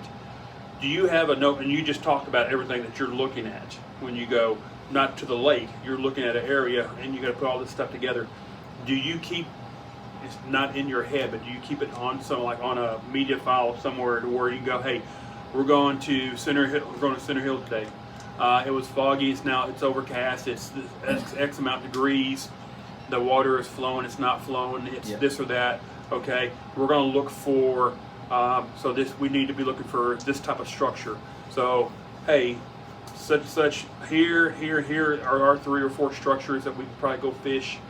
You want to go, and we got 2 out of those 3 close enough to where we can kind of, I know that's kind of what you do, but do you keep that in a notebook, or do you just keep it in your head?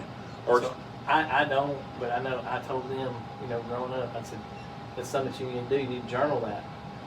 But the videos that he was doing for the tournaments, he would tell that. He would tell the water temp. He would tell the day it was, and he would put the date on there. Coordinate there. And so now you can kind of search. Yeah, you've got nowadays, and of course I've got social YouTube. media. A lot of the tournament finishes that I do, I post about it, so I can see the date. And he puts the dates on there. He even shares the dates. Yeah, I mean, I can put that kind of stuff on there. His first few, or most of his tournaments and stuff, he was that doggone shaky head. It was always just that's all you heard about. throw back on I mean, the shaky head. like in the fall and remember stuff, I use the shaky head a lot, and then when the spring comes around, I'll start using it again, or more often I'll have it on the deck more. But the social media is the biggest thing nowadays. Of course, with that, I'm able to see how I finished and how I did, what kind of fishing I did that time of year, that lake, and then of course something else. I mean, like a lot of these reservoirs and stuff, the lake drops and rises. Like TBA, they drop and rise the lake about the same time of the year, and so that's pretty easy to tell. Of course, you got the TVA app that I keep with me, and I've been able to. You can tell the water level from that, of course, but also just show how much they're generating, how much water is pouring is a big thing as well. So. Now, when something I wanted to ask earlier, but so as you're sitting there looking through this live scope and you're presenting your bait and everything, are you looking for fish? Do they strike mostly out of reaction to the bait, or because they're hungry, or can you tell what is what? Is one strike different than the other, and everything? So there's one thing I was going to say, but I'll wait for a second. And it's about the strike, like how they strike. Yeah.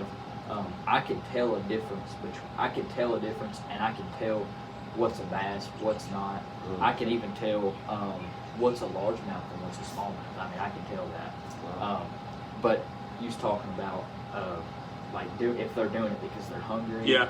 A lot of times it's serious. I know Thayer was saying this. A lot of times it's because they're actually upset at the bait. Yeah. You don't want it to be. If you want to make a fish mad, keeping it in front, keeping it right above them, or I guess keeping it around them is going to make them the maddest. Not just dropping it down and hitting them. I mean, that's going to scare them like crazy.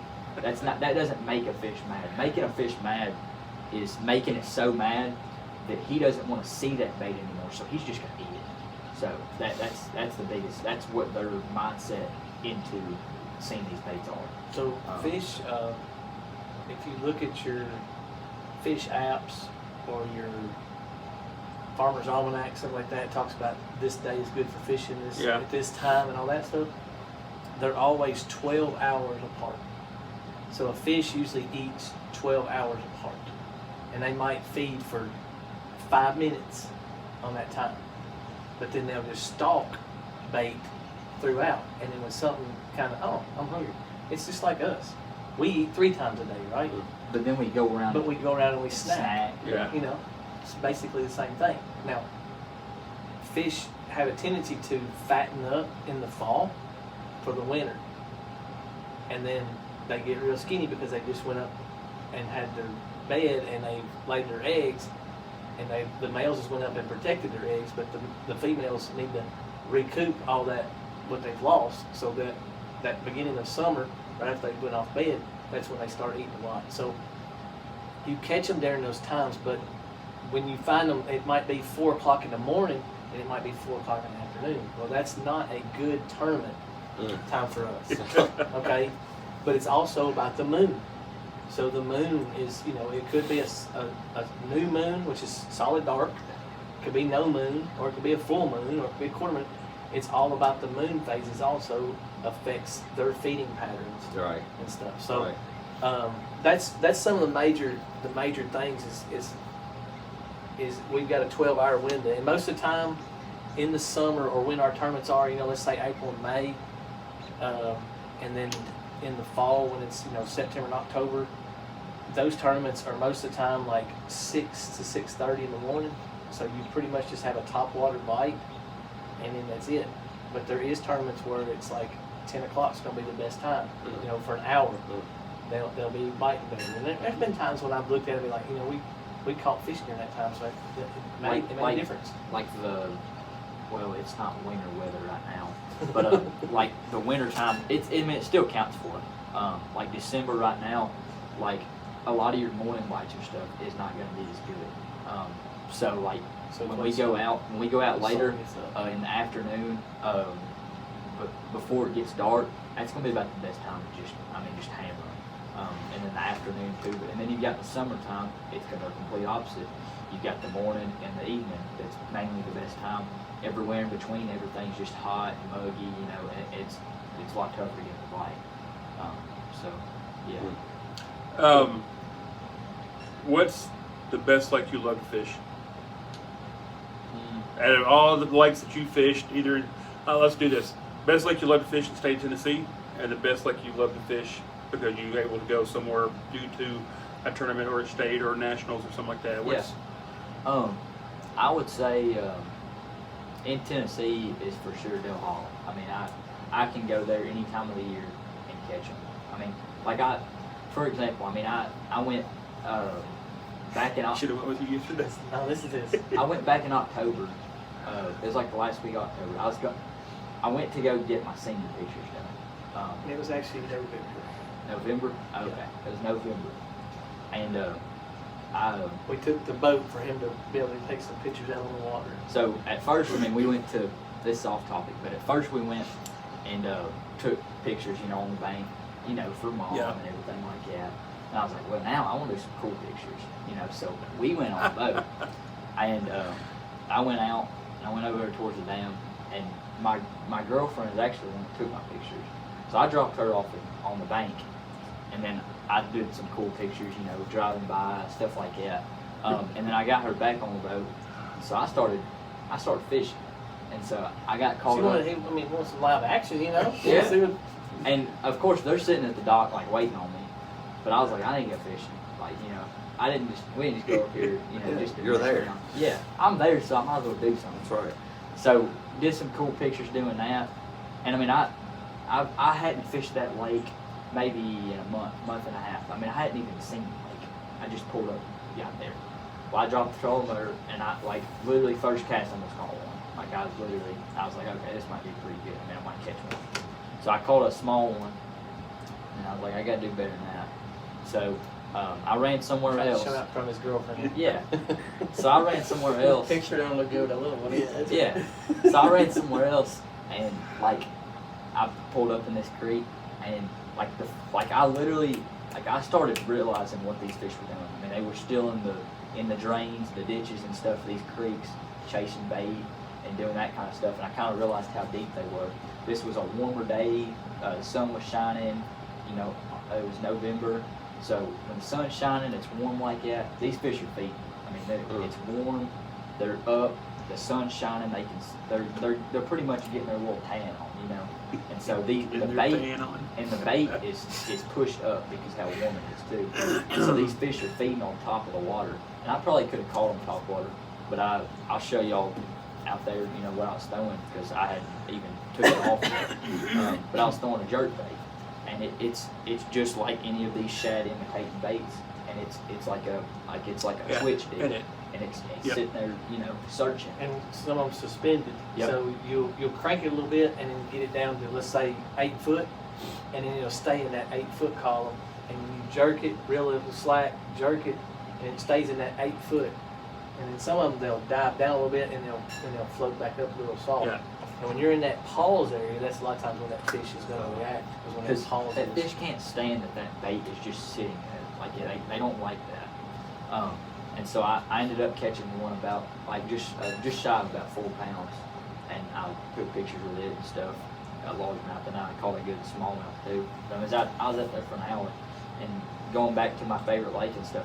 That's really wise, because I can just go out there whenever and hang in or catch multiple fish or a good fish, in all parts of the lake. So there's some lakes. scope has helped him become that better lake for him. Yeah, just because it meant we were You can talking about see earlier. the reactions of what you're doing, so you know that this action here or this here was going to work And because just- of what you And see. just like we were talking about, it's a tool. I was able to unravel and unfold that lake with that tool. But a lot of lakes that I go to in Tennessee, I can't catch them in all areas of the lake. At Del Holla, I can go from the dam all the way an hour or a 50-minute run all the way to the Odie River, way as far as you can go back up in there and catch them. I can catch them everywhere in between, just anywhere. Mid-lake, whatever, I can catch them, almost, I've caught them in almost every creek we fished, Mitchell, all of them. So that's the big reason why I love that lake. And all times of year, we night fish, we've talked about that on here before, how fun night fishing is, and fishing for those smallmouth and stuff. And then you was talking about outside of the state. I'd say for me, I'd have to go with Lake Martin in Alabama. That lake is really deep and really, really clearer than Del Holla. And catching those spotted bass are just so fun. So yeah, that's definitely my favorite. And there's days you go out there and you can catch 100 fish. I mean, it's really crazy. And that's something that we didn't talk about either. The Major League Fishing and then the Bassmaster difference. Yeah. Major League Fishing, they take every fish and weigh it and release it. Yes. Bassmaster, you keep your best 5 for that tournament for that day. You wait at the end. So the tournament at Lake Martin with that college kid, that was every fish counts as long as it was over 1 pound, it counted. So I don't know, how many fish did you catch year before last? So this is online. This is like an online tournament. You're out there, everybody's out there, everybody starts at the same time, flies in, whatever. After that happens, you start putting in weights. There's an app on your phone that everybody downloads. It's called Fishing Chaos. And so you get a scale that morning. Everybody's got the same scale. You and your college partner. Of course, y'all on the same team, but you're against everybody. And so when you catch your fish, you of course weigh it, and then you press the hold button. It holds it. So your other partner has to take a picture of you holding the scale and the fish. It's got to be a full Wow. It's gotta be a body. full It's got to be a frame. full body of the You fish. can't- Yeah. Nothing can be underneath it. So you can't be having something pulling down on Yeah. the fish or anything Yeah. like that. And then Gotcha. And they have to approve it.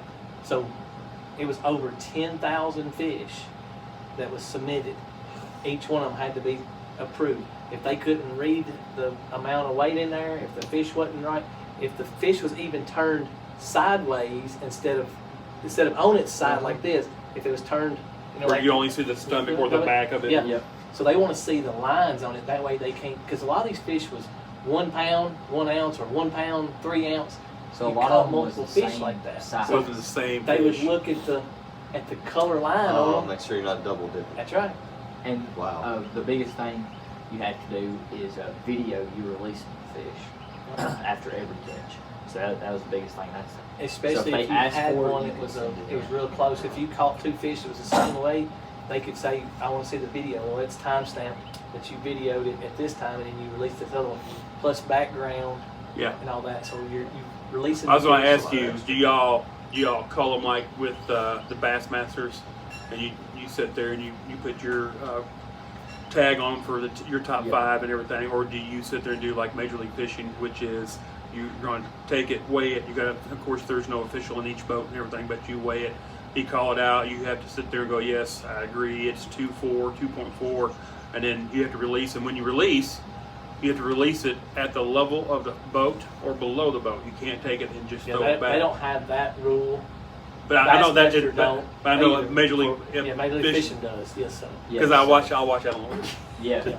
I'll sit there and go, okay, here's what I'm doing at 7:00 in the morning Yeah. because I'm watching Major League Fishing. So But that's the difference in them. And then you was talking about earlier about the scoping tournaments that don't have it. There's a national professional league, NPL, NPFL. yeah, National Professional Fishing League, and so it's a non-scoping at all. Like That's the biggest no scope trail. they don't have any tournaments for scoping. I hope that train don't come off the rail. Yeah. I think it's cool we can have it here and that That's good. happens. What's the worst lake that you hate fishing? East Tennessee. Yeah. It'd probably have to be either this lake called Milton Hill, or Where's that at? it's in East Tennessee. Where's it at? It's basically between Knoxville and Wattsboro. Okay. Yeah. It's just I it's went there and fished a tournament there. As the first tournament I ever fished there, the only one I'll ever be at. And I literally caught these big old shad. And like that's all I caught. Like that, I caught like 15 of them all day long. They only You know what whipping it shad off. do? They're really, really slick, and their sides and stuff. They slime you, slime the boat, slime the carpet. So now you got it on your hands. It's nasty. So now when you try to It's sit there and nasty. put a new lure on, it's on Oh the yeah, lure. I can't never get it off my hands. It's what It was awful. people use for catfishing. It's They'll like take that, yeah. they'll take shad, catch shad that big, and they'll take their big old hook and stick it in their back, and then throw it out there, and then that shad's sitting out there swimming until that big fish gets it, Yeah. And then they Right. stink. So if you cut them, Yeah. and then you make them stink, and then the catfish want that too, It was bad. What's your goal, Eli? What's your goal from here on out, are you looking to fish in college? Are you looking to go to college? Are you looking to try to go into here in 3-4 years? We're going to see Eli Baird up there on Major League Fishing on TNT, or you know, what's your goal? So I got offered a pretty good scholarship to go fish at Blue Mountain. I fished with the kid this year for the tournament in Alabama. That's where he went to college at, and I think I need to do a tour there sometime in January or whatever. Yeah. But I don't know yet. I don't think I'm going to go to college. I think I might find a trade or something. But one of the things I really want to do, and I'm wanting to start as soon as I can. Of course, I have to be able to do it. I'm wanting to get my guide license, and I want to be a guide. And some of these lakes that I'm better at, Centerville, Del Mar, whatever, and as well, do live stuff. I think that'd be really cool. So I think the guiding is something I want to get into. And, I was telling Dad and Mom, as long as I am making the money back to put it back in, to go fishing again, I don't care. I mean, money doesn't bother me. It doesn't. Right. I don't care. I don't really care about making money out of it.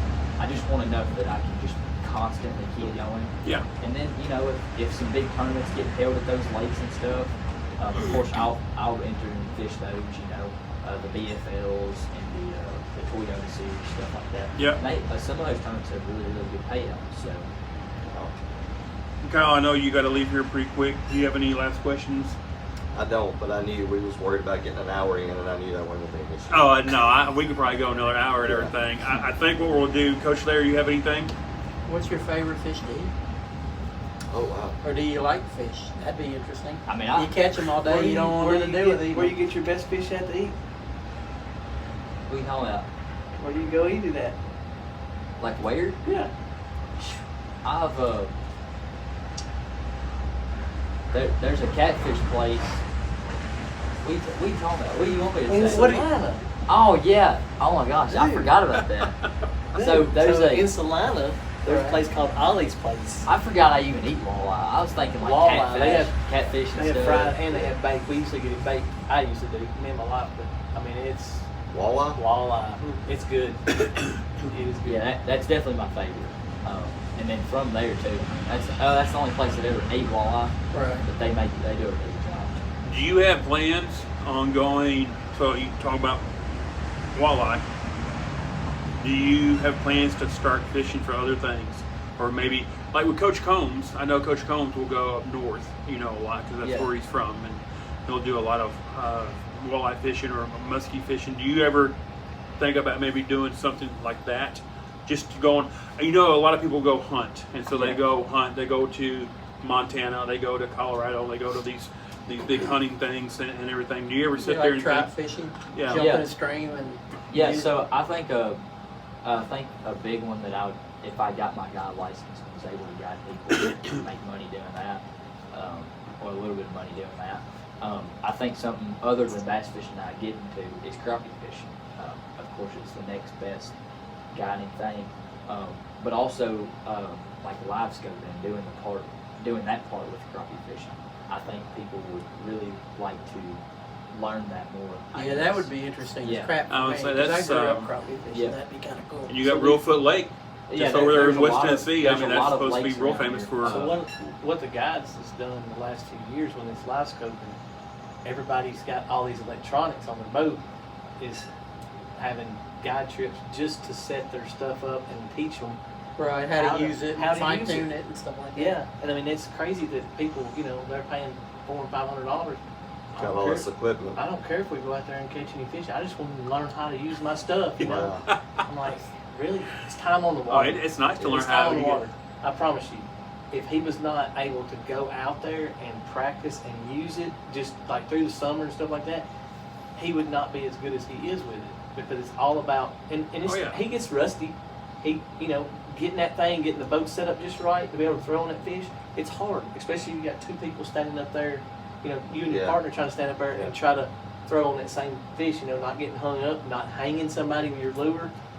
It all works into. So when you do your tournaments, So, do you both stand on the front of the boat? Because Yeah. normally it's, whoever's going to be the lead fisherman is got the front of the boat and the other guy's Yeah. got the back. So, with me and my new partner, I mean, it just depends on whose boat we're on. If we're on his boat, most of the time I'm right behind him, and he's doing his own deal. And then if it's on our boat, most of the time I'm doing my own deal. But both of us, when it comes to the live scope, both of us are throwing at the fish or doing that thing, unless my partner or me is on a little something different that a lot of people may not be doing. Whether it could be dragging something or throwing a crankbait, throwing a top water, not really using the live scope or utilizing Yeah. the live scope, but a lot of times I try my best to utilize it just because it's a lot of times it's what the tournaments are won on is by using that live scope. So, but there's times where me and him, like in Kentucky Lake, where we're just throwing crankbaits and just going down the bank. I mean, or just flipping, whatever it may be, just to try to get that big bite, So. So let me ask you this, Teddy. With your boat, you're the boat captain. But if you take your partner's boat, are you still the boat captain, or does somebody else drive? His dad. Okay. Yeah, Braden's dad, Tim. He's the boat captain. That's really helped me out this year too. I kind of felt like I had kind of a burnout. Yeah. I'd done it for so many years, fished a lot of tournaments, and I didn't want to take that away from Eliana. But I was able to do that with her, and I didn't feel burnout. But this summer, I just kind of had a different feel about things, and it really helped me out I can see. to have Tim do that, and I appreciate that. And then his other partner, his name's Tim too. The boat captain is the dad, but it's Tim Hudson too. It is, and his son Reed. But he's Tim's from here in Portland. But yeah, he's been the boat captain for them a few times and all that stuff. So so you're kind of in the off season, or you're in your winter break right now. So when's the next tournament that you're fishing for Sumner County? For the fishing team. Sumner County is February. Okay. Yep, and it will be at Chickamauga, so Dayton, Tennessee, and I believe, if I'm not mistaken, I'll be with my partner for that one. So when you all go to pre-fish, just a day or two before, or are you going it to kind of have? depends. Most of the time it's the day before. Yeah. Is Okay. when they usually do it. I Now, think with they how can far it is, we'll probably end up staying up there somewhere, so we'll go a couple days before. Yeah. They usually go up on Thursday nights. So how does that Fish Fridays. how does that mess with your schooling? So with you being a senior, okay, and you have to leave on a Thursday. Do you go to school on Thursday and then drive? They can get And everything? It's at like 10:30, 11 o'clock, whatever. So the way my schooling's set up this year is, I go to where do you work at again? You want to give them a shout out? Yeah, I mean, I work at Mobile One, Lugan Express, so we I saw him there. I've seen him there. we do. He did my change. car a couple months ago. Yeah. Yeah. Oh, he talks about it all the time. He said, "Well, such and such, but I can't think of his name. But he looks like this, I'm like, I don't know who that is, Well, they know you. I'm like, I don't know them, Put a note in your phone who Yeah. it is. I wait, would like wait till 30 years later one of your kids go, hey, Coach, there, remember me? No. Well, they say that. The thing about him, he ain't changed Well, ever. But there's some people in 30 years, it's amazing how much they Oh, yeah. change. Well, he comes in all the time. He's like, yeah, they come straight in and said, you got to be Teddy's son. That's all they say to him. They don't care about who he is, but Yeah. you got to be Teddy's son. But I would like to shout out my boss, Chris Johns, but I mean, he lets me off when I need to. And then the schooling part, a lot of it's online, so I mean, I'm able to do that. It fits, especially this year as a senior. Yep. But it was tougher as a sophomore, junior. Yeah. Because you Yeah, had a a lot full more class. classes. Yeah. He's some never of it- had a problem with school. I mean, he's Yeah. never had to worry about his grades or nothing like that. He's always been exempt from exams and stuff. Well, that was just, I would like to, both of my parents, I mean, that was just the biggest thing with them is, like, I had to make sure I had the right grades. Or Yeah. I mean, I wouldn't get to go fishing, or I wouldn't get to do the tournaments and stuff. So that was a priority of mine, is just to make sure I had the right grades. Well, speaking of grades, and we'll end it with this, and then we'll go out there and we'll continue. I know we won't be able to see it online. We'll stop once we get here on the live stream, but the video will have the boat tour and everything. But what's your favorite class in school? I think. I feel like I haven't been to school in months. be honest with you. I'd say for me, Dismissal. it's probably. That was my favorite. I Recess. really like shop. I really like shop classes. That's definitely my favorite. Just being hands-on. So what kind of getting trades to do you stuff. do? Like at school or Yeah, what? or at school. Yeah. At school, like this year, I've already talked to my shop teacher, which I take his class this semester coming up. So this year, I think we're like putting together like a big old tool bench. So is it metal? So like when I went to school, our trades was wood shop. It was Yeah. metals. Yeah, so I did. Auto mechanics was our 3. Yep. So this year, this is like a senior class. So Yeah. we kind of do a little bit of everything that Yeah. we've learned. Okay. So like last year, we did wood, and then the next semester we did small engine repair. Okay. And then my underclassmen. It's your ag mechanics class. Yeah, right? mechanics. Yeah. My freshman and sophomore year was more livestock related type stuff, plants, that kind of Okay. stuff. But So- you took machine shop. Did you take machine shop and welding? Yeah, so I took welding. I took all Yeah. 3 of them. So I took ag, I took machine shop, I took welding. I ran, like in machine shop, I ran the, like the drill press and like that kind of stuff. And then welding, I did all the 3 types of welding they teach, MIG, TIG, MIG, TIG, and STIG. And then ag, of course, livestock, all kinds of different stuff. So, but this year we'll be doing, I think we're putting together like a lawnmower or something, and we're doing Kind of combining everything together to where yeah. you have to kind of use all. Yep. What do you do outside of what do you like to do? What's your hobbies other than fishing? Do you build stuff for your dad or your mom? Yeah, I'd say something that I feel like I've picked up this year is helping, not just helping, but like I'm wanting to learn more about the cow market. My brother, he just got him some cows this morning out where we live. Yeah. Out this year where we live, and so I'm wanting to get into that, and of course I've been helping him do that, and so I like fiddling with cows and doing that kind of stuff. So, and then of course working on vehicles and stuff, at work and stuff. I like that stuff. What's the worst subject you could say that you ever took that you wish you never had to go through? I'm not a big math guy. I don't know what it is, but I don't really like the statistics class that I'm taking this year. Of course. I mean, You could use it in fishing. yeah, what's the that is probability if you sit there and threw this bait here? I and- like that part, but no, I just thought of this one. It's been so long since I took it. For me, I think it's everybody hates it the most is algebra, 1, Yeah. 2, whatever. I can't stand algebra. But we're going to use it all of our life. Yeah, will never use it again. For the I rest hate of it my for all life, them algebra teachers out there that think that their class is what everybody's going to use. But no, I have not used any algebra so the like- rest of my But life. like the geometry class that I took after that, like I enjoyed that class. Yeah. I was able to learn stuff. That I Geometry was fun, I thought. Yeah. So yeah. Let's go with a couple more, and then we'll go for the boat tour You there. talked about classes and stuff. I think the teacher makes the class. Yes. Oh, And that's for sure. huge. I can remember,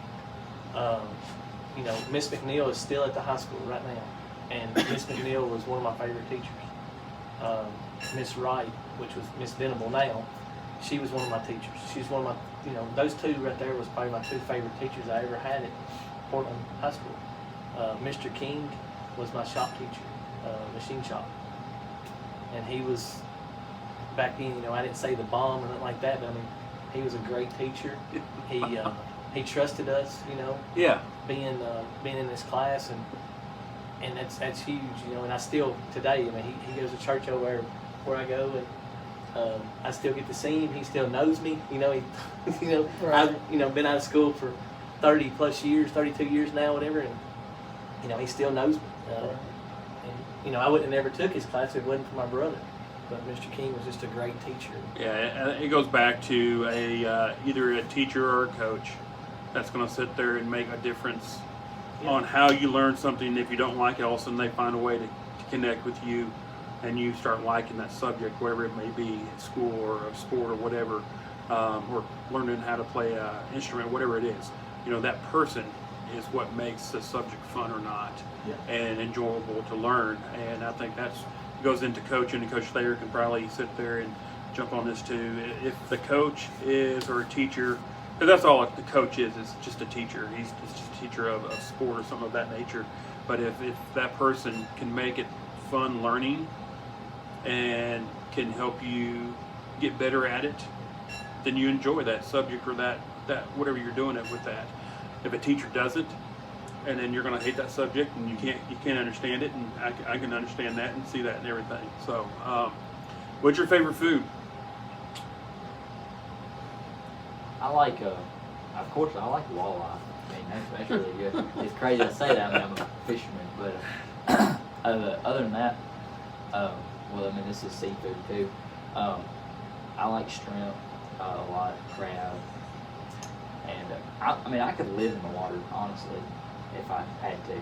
You ever think about getting a scuba Shrimp license? Shrimp You boat. get a shrimp boat and go down to. I'll come live with you on the shrimp. Really? I can eat shrimp every meal. Yeah. Too, He could be your first mate. Yeah, but outside of Lieutenant Dan over here. Yeah.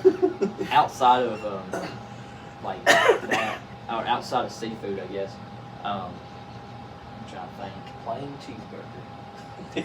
That's all you wanted to eat. You're on the Yeah. plain. You don't want nothing on it? Yeah, Yeah. just meat and cheese. I just played in my head.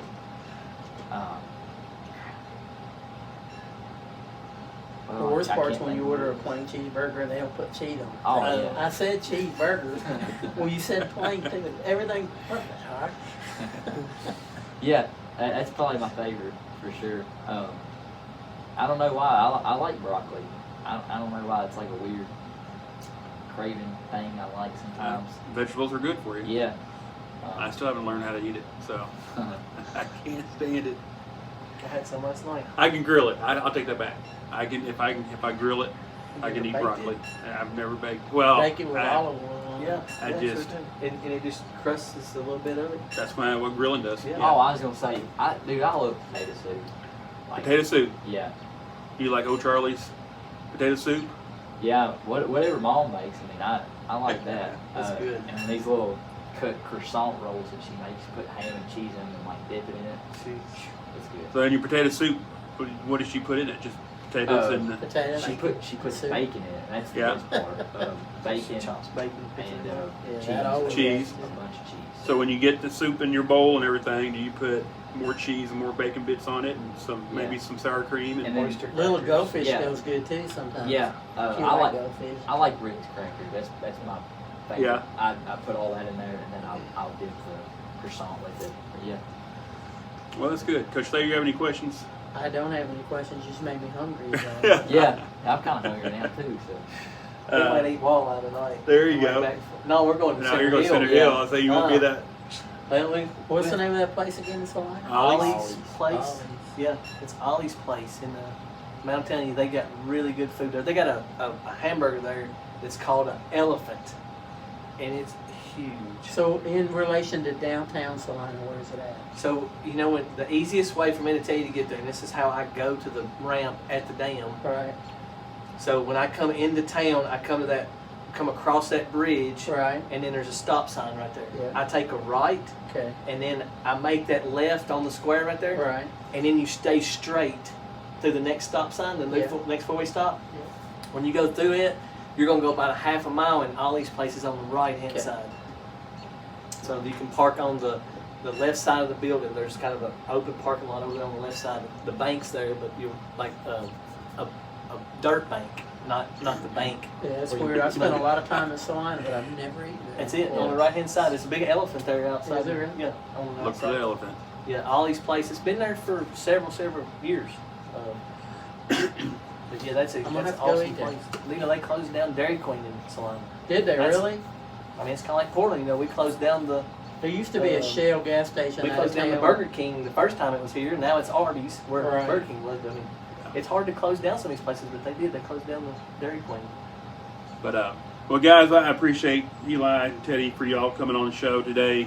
It's like I said, I can sit here and talk fishing for hours, and so let's try not to make it a year before y'all come back. We'll try to get you on. I know you got tournaments on every weekend and stuff like that, so Maybe we can come back at least maybe before the state championship and maybe after the state championship. kind of sometime, just you know.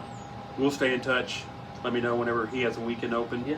And that way we can sit there and book him on the show there, and that way we know it's going to be good.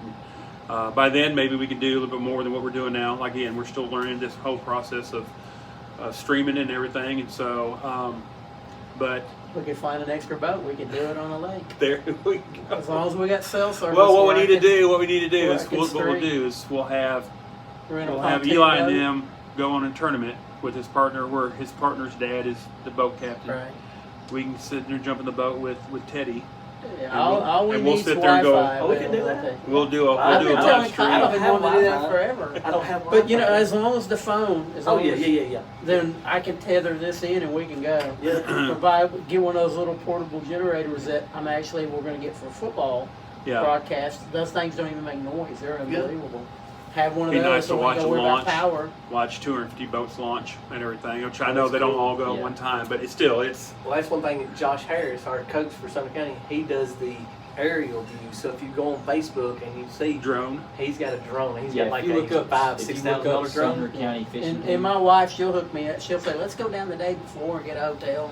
And she'll be all about all that. She goes, now you wake up at 6 and go fishing. I'm going to stay in the hotel and get room service or something cool like that. So I have to look that up. Sumner County Fishing. Yep, Sumner County fishing team, and like literally the first pictures will pop up will be the drone shots. Just Okay. really Of cool all the pictures. boats that's out there, and especially like it's just at bright daylight, you know, and it Yeah. shows the lights on the boat and stuff. Yep. He makes some great pictures, some great sunrise pictures with that drone. Yeah, that It's drone awesome. technology Yeah. really took off. It You know, has. it's unbelievable. It's great. Well, you know, what people do. it's against the rules for Bassmaster to have a drone during practice time. So they have a set time. Like the 30 days before practice starts, you can't even be on the lake. You can't get information about the lake. And then during practice times, you can't have a drone and fly over any of your stuff That's that cool. you're fishing. Because when you're above the water, you can actually see Structure. contours Yeah. and structures and stuff, and you Right. can cover so much water in with that such a little drone. bit of time. Yeah. Yeah. So that's one of the Well, rules that's they cool. have. You wouldn't even think about that. Like, again, technology that has come around today that fishermen didn't have back in the Bill Dance days. That's right. You know. He's still the best, though. So We was talking about him, you know, he never. And it don't matter. He can fish any fish, right? Some people are great bass fishermen. Well, he was This, always he a long. he was can always fish a- anything. He was always a largemouth guy. But we was talking about that yesterday. Me and Ryan was, you know, and he didn't never on his shows. He never said anything about the sonar. He never showed you a sonar Right. because he didn't have to worry about it because he went to these private lakes yeah. and that's where he caught all these big fish. That's the reason why he could go there and catch 5 and 6 pounders. Now I don't know how long he would film Right. to make his show good. You know? Right. How many hours would we have to film to actually make a good show on it? No, I'm just kidding. Y'all do a good job Wow, of we this. haven't learned yet, so we're still learning.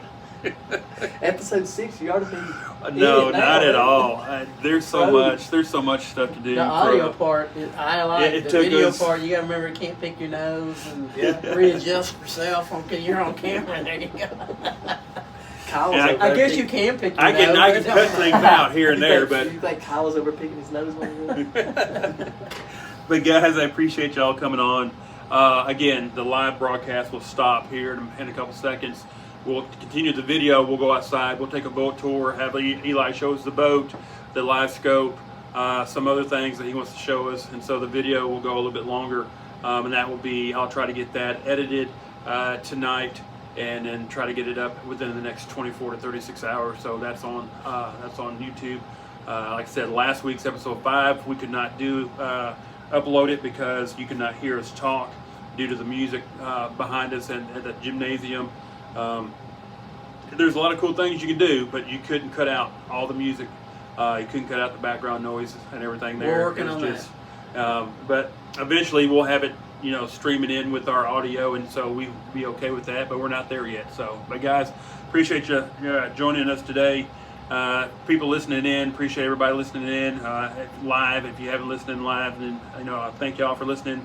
Whenever you do listen to the broadcast, but again, thank y'all. Hope everybody had a great Merry Christmas. Hope everybody's safe for the New Year's coming up this week. Be responsible, be smart at what you're doing.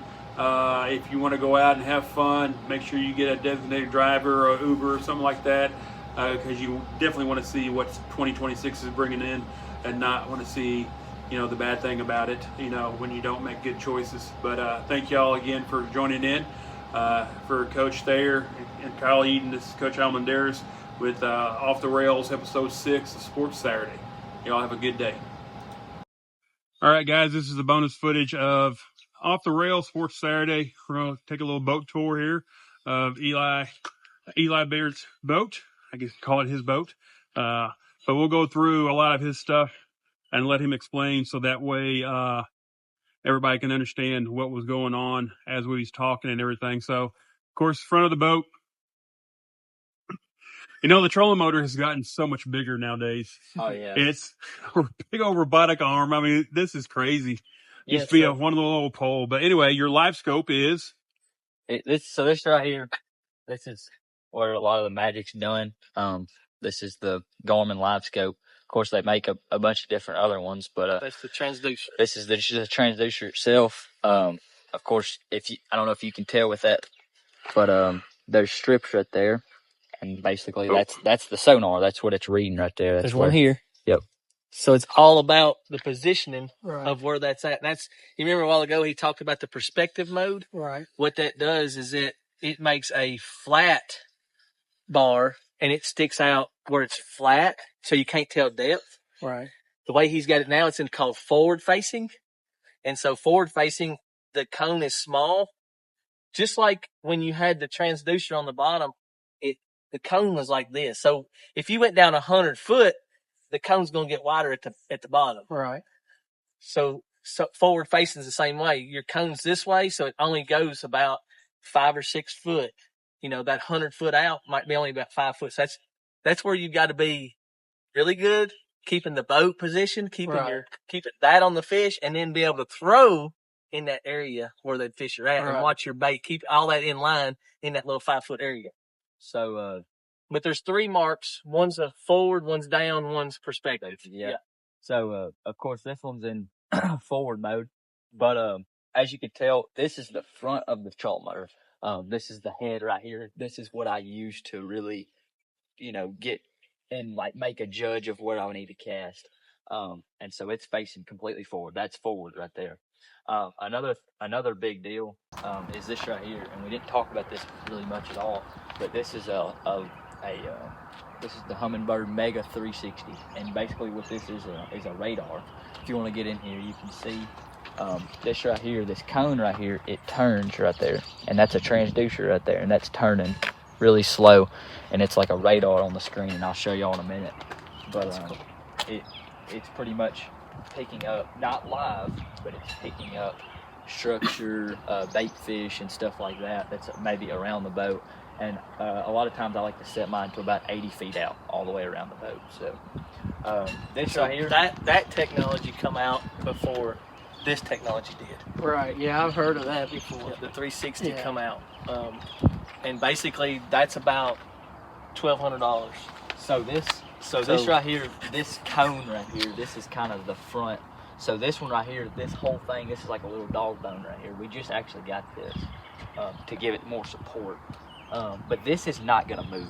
Of course, this is going to move with the trolling motor, but this right here is not going to move.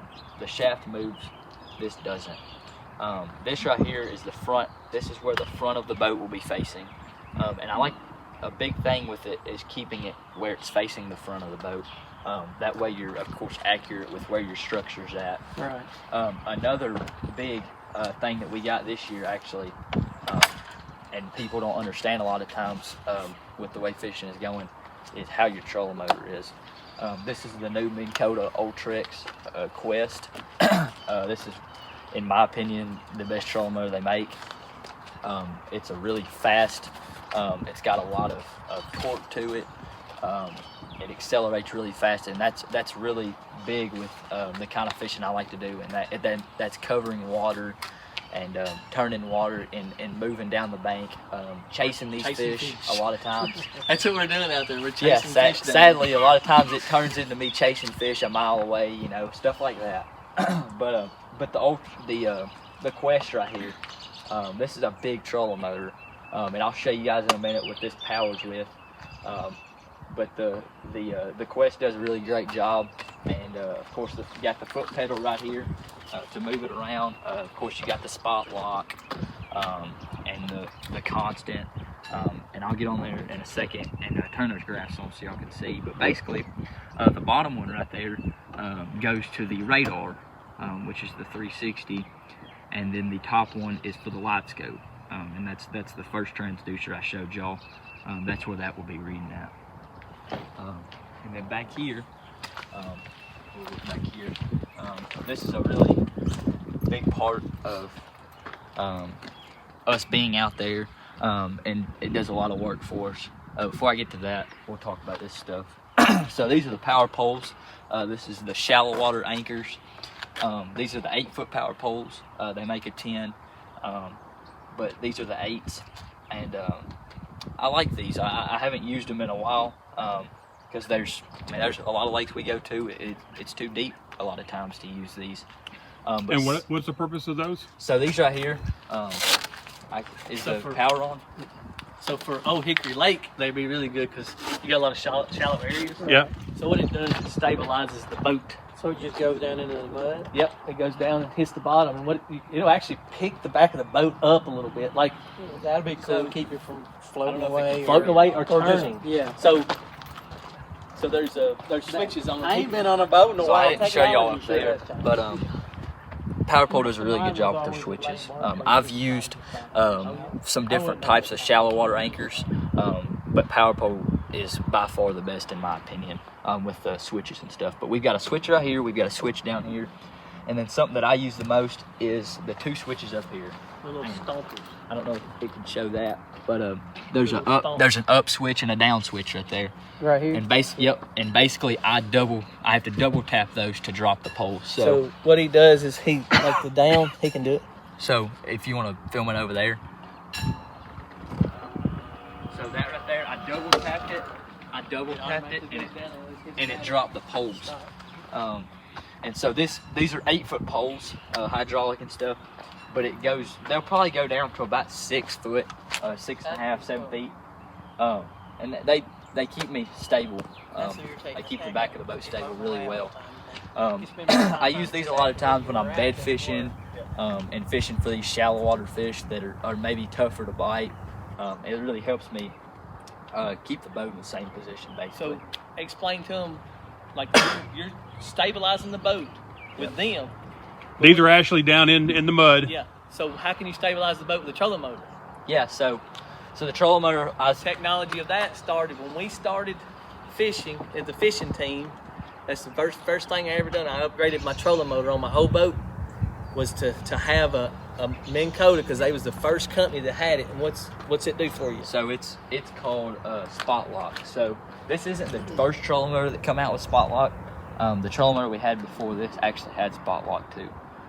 But Spot Lock is maybe the most game-changing technology thing that has ever come out, in my opinion, especially for younger kids that are getting into fishing. Having a spot lock on your trolling motor is huge. And basically what it is, on this foot pedal right here, you've got 3 different buttons. This is like a Starlink button. This is like a constant. A lot of trolling motors have that. And then you've got an anchored button. And so I can click that and it'll beep up and light up. And basically what this trolling motor is doing is it's got like a GPS set into it.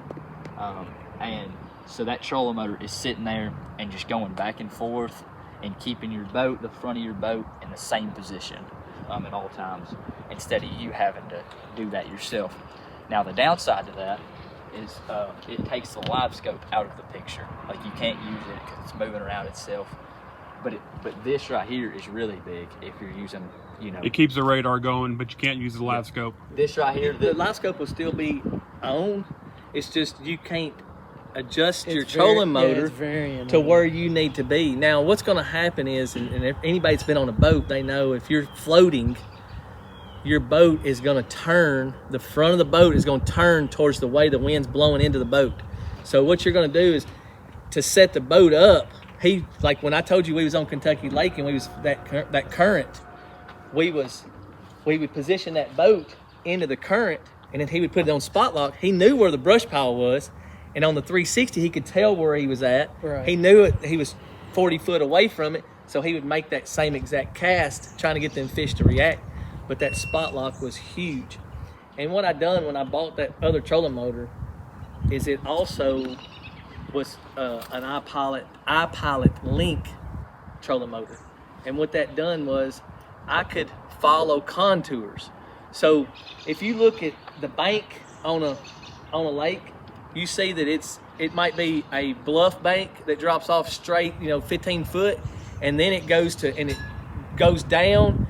Well, on your maps, it's got contours, and it'll be, you can set that trolling motor on 13 foot depth, and it'll follow that 13th foot That's depth cool as heck. of contour. Well, with junior high kids, they didn't understand how important it was to keep the boat straight. Right. So they could just set that thing and put it like on 1 or 2, and they're going like 0.3 miles an hour down through there, and they're able to just sit there and cast and not worry about the trolling motor. Sit there and cast. That just ain't right. That was cool, but he made the best comment. Spot lock changed the game because you was able to set on them spots. You wouldn't have to.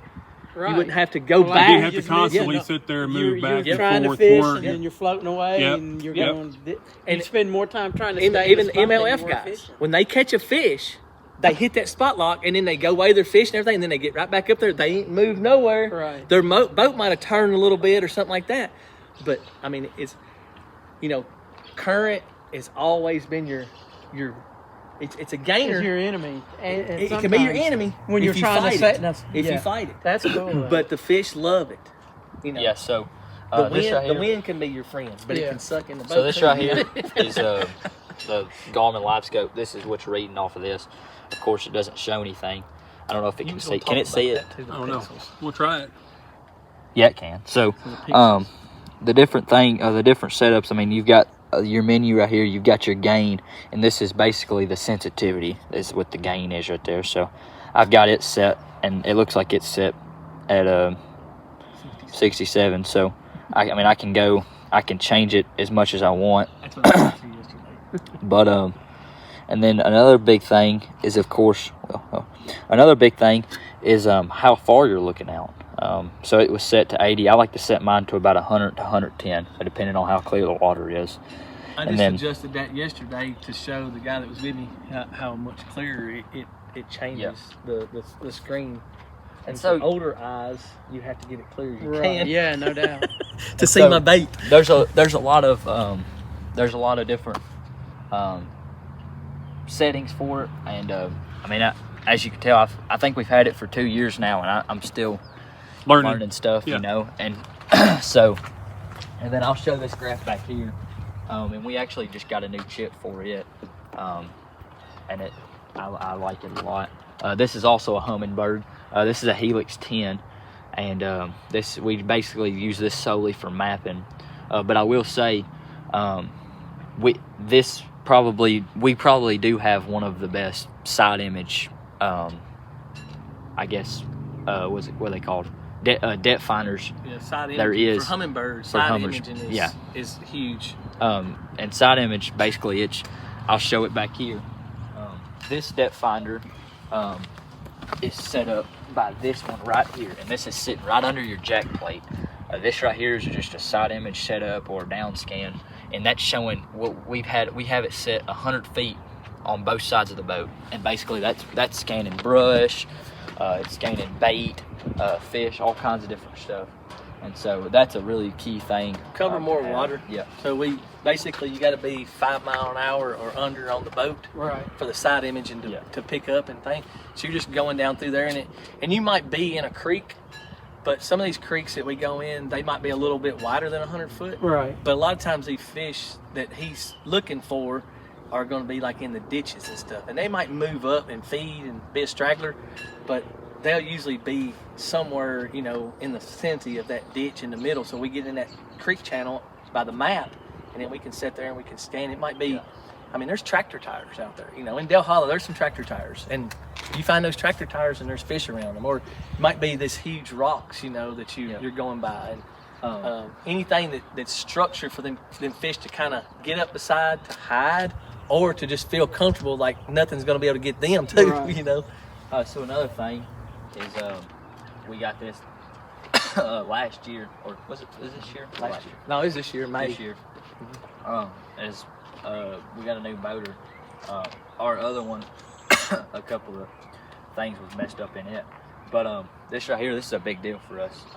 This is the Mercury. This is a Pro XS. This is a 4-stroke. So it's pretty much the exact same motor we had before, but the last one was a 2-stroke. This is a 4-stroke, just a lot more reliable. Mercury, they make really great motors. A lot quieter. A lot quieter. You can have a conversation going on the lake now, running 60 mile an hour. Can So, you really? yeah. So it's a lot quieter, Um, and you don't have to add the oil, you know, for the 2-stroke. So that So- saves us some money. Yep, and then this is your jack plate. I haven't used it much that lately. Of course, we haven't fished many shallow lakes, but a jack plate is this is a hydraulic jack plate. A lot of people, a lot of their boats, the older boats, they come on with just a manual jack plate. And what that is where this isn't set up to go up and down. Your hydraulic jack plate, which it's on right now, we've got 2 different trims up here. We've got a normal trim, and then we've got a jack plate trim. Of course, that's raising and lowering the motor. So that's a really big deal, especially when you're wanting to take off in shallower water. Yeah, no doubt. You know, your lower unit's not closer to the bottom. You can jack that jack plate all the way up to what this one is 20, and you can lower this all the way down and still be able to take off good with a heavy boat like In this. 2.5, 3 foot of water. Yeah. I mean, I don't want to take a $20,000 motor and try to knock the lower unit off, because the lower units now are, you know, every bit of $10,000. Yeah, that can Yeah. prevent a lot of mistakes. So if you want to come over here, this is I'm gonna get a show this. This is a really big deal. This is where all the power's done. This is where everything, you know, gets powered. First off, I'd like to say I really do recommend and like a lot. We've got 2 switches here, and these 2 switches right here literally power and can turn on and turn off everything. So there's not a time, or not a thought in my mind where I'm like, wait, hold on a minute, is something turned on? Like, could something go dead? You know, if I put the boat in the shop or whatever, I've got an on and off button right here. I mean, it's simple. Of course, we got a jump start just in case if one of these batteries go out. We got a second battery, and then you got your trolling motor battery back here, on and off. It's simple.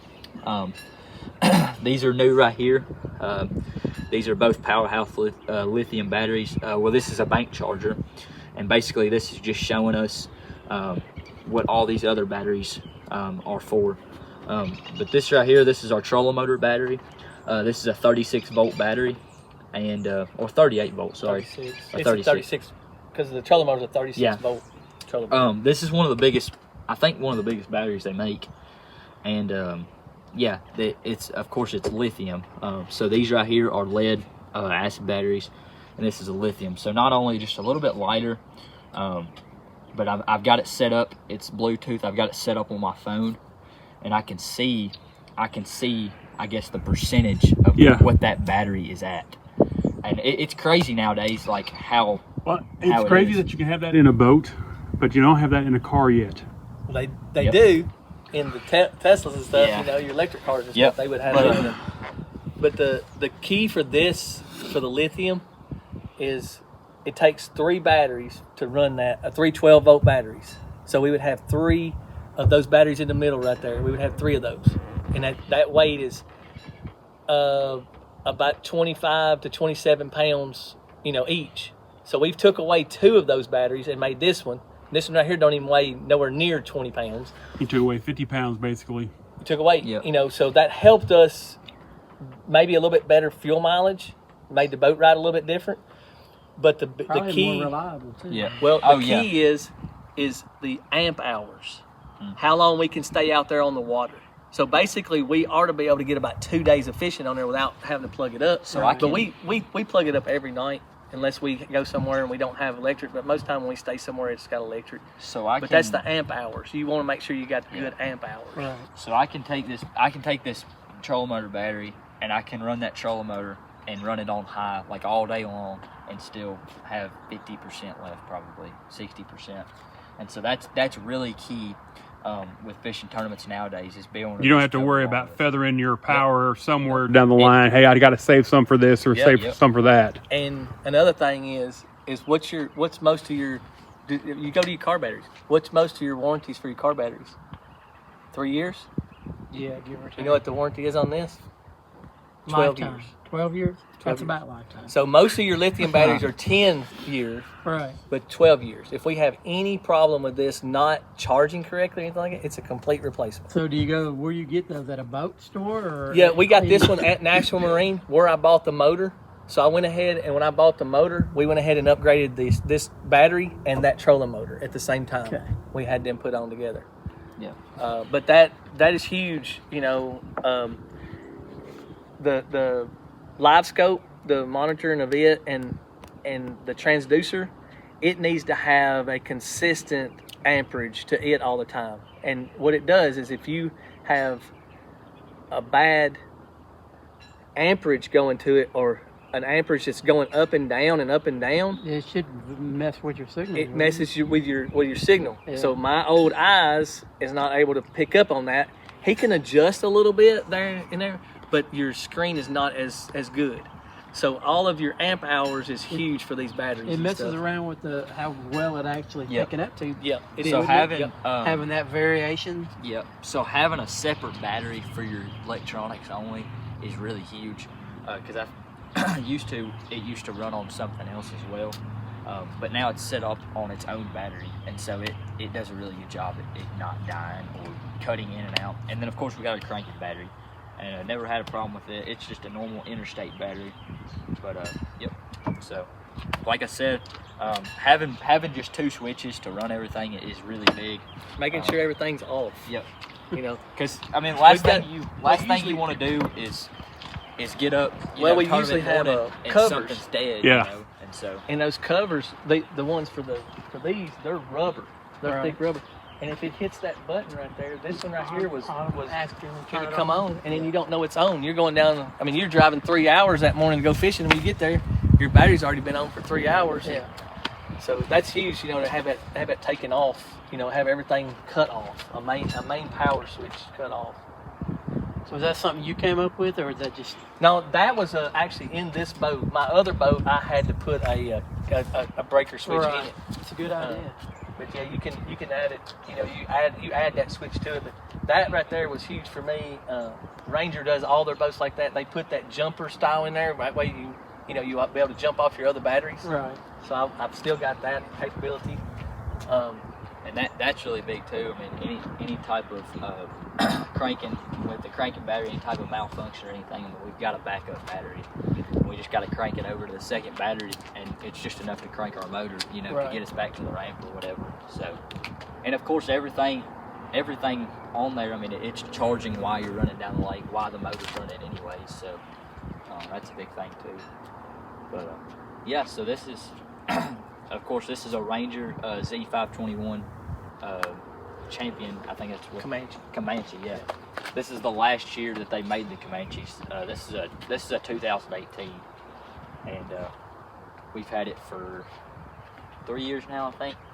So it's done us well. I mean, it's been all the way to Oklahoma and back. So So going back to this live scope, with everything that you've added to it, live scope, like I said, here's a better look at the live scope. Like you said, it's the 3 strips right here yes, sir. that is what's giving you your, Signal out. Yeah. so it's a signal and not like a camera. That's why when you sit there and say live scope, in my head I was sitting there thinking you had a little camera sitting there and you get to see. So the picture that you're seeing, okay, let me ask you this, the picture that you're seeing. So if you go out today, if you can take a picture or video, send it to me and we'll put it up so people can see kind of what you're seeing on the screen. It's not a digital, kind of like your shirt right there, the dots. Yeah, the digital. Or it's 3D, not the, is it that, or is it actually you can see the fish and it's like, I tell you, it is awesome because when he gets that thing set right, you can actually see the fish's tail move. Yeah, you can see it. That's You're a gonna lot of see, times. We'll show you today. I mean, I'm sure that we'll be able to find some, but you'll be able to see those fish swimming, and they'll just be like little lines but they'll have a little bit of a fish shape to them. Okay. And the bigger the fish, the more they show up on there. Right. But if you come across a crappie bed, like a big crappie bush, and there's a bunch of crappie on it, there's going to be like a Christmas tree. Those bright lights on there is going to be the fish that's sitting in that tree.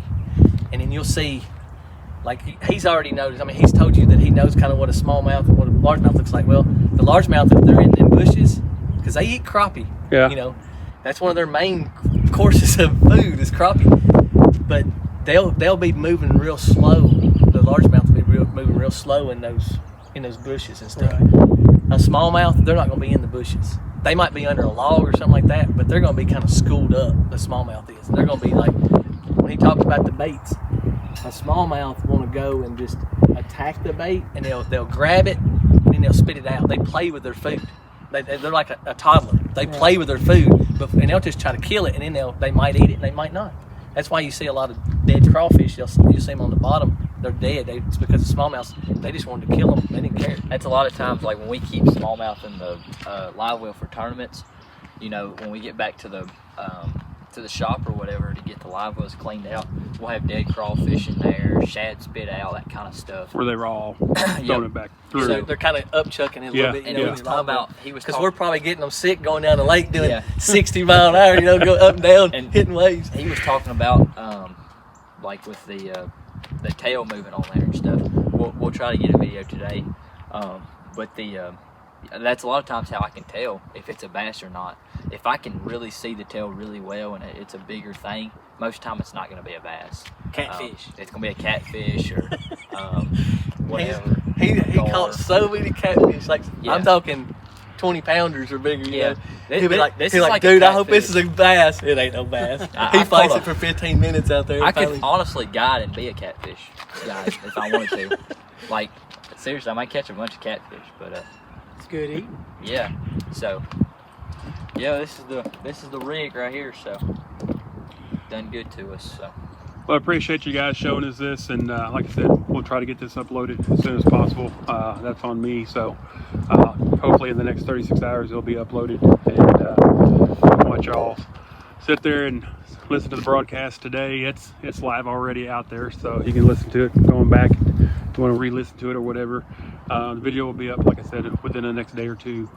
And but I appreciate y'all both coming out and joining us again and telling us about it, because it's like there's always new questions, always new things within a year. I mean, you know, we haven't had the last scope, didn't have this or that, you know. You get some same questions here and there, but again, there's a lot of new stuff that you know, there's a lot of things going on and everything. So I appreciate y'all coming by and letting us know, and be safe going to Center Hill today. Good luck. Hopefully you can send pictures that you've got. You know, are you looking to catch and release, or are you looking to catch and release? Just trying to have some fun. Just doing something to enjoy the day with? Yeah. Now, unless we get on a good crappie run, and we might keep some crappie. We've went to Del Hall a couple times and be like, hey, I just want to go over and crappie fish, and we'll get over there, and like one day we went over there and he caught one crappie on the first cast, and he's like, oh, we're on them now, you know. Didn't catch another crappie all day, so we let that crappie go, and all he caught was smallmouth the rest of the day. We'll make sure to, I'll have him take some videos today and picture, of course. So hey, I just want to say I appreciate, you know, when Kyle, when he first started the radio station up there, you know, doing that, he invited us in, and I mean that was huge for the fishing team. I think it was huge for the kids that got to come up there, and I know Eli was kind of one that just really wanted to do it, you know, and he was always like, yes, I want to come back, whatever. But I just really appreciate y'all, you know, not just the fishing team, but I appreciate, you know, what y'all have done for all the kids that's able to come and be on the schools, you know, the middle school kids, you know, and all the different sports and stuff that they've come and done and everything. I just appreciate y'all doing that and taking time to do that, and just letting the sports world just kind of know all the different sports that Portland offers and stuff. I just appreciate that, you know. Well, it's fun. It's definitely enjoyable. And like I said, hopefully we'll be here for a while. Yeah. So, but we appreciate y'all coming on. Again, Teddy and Eli Baird of the Sumner County fishing team. Good luck today. Be safe. And we will talk to you soon.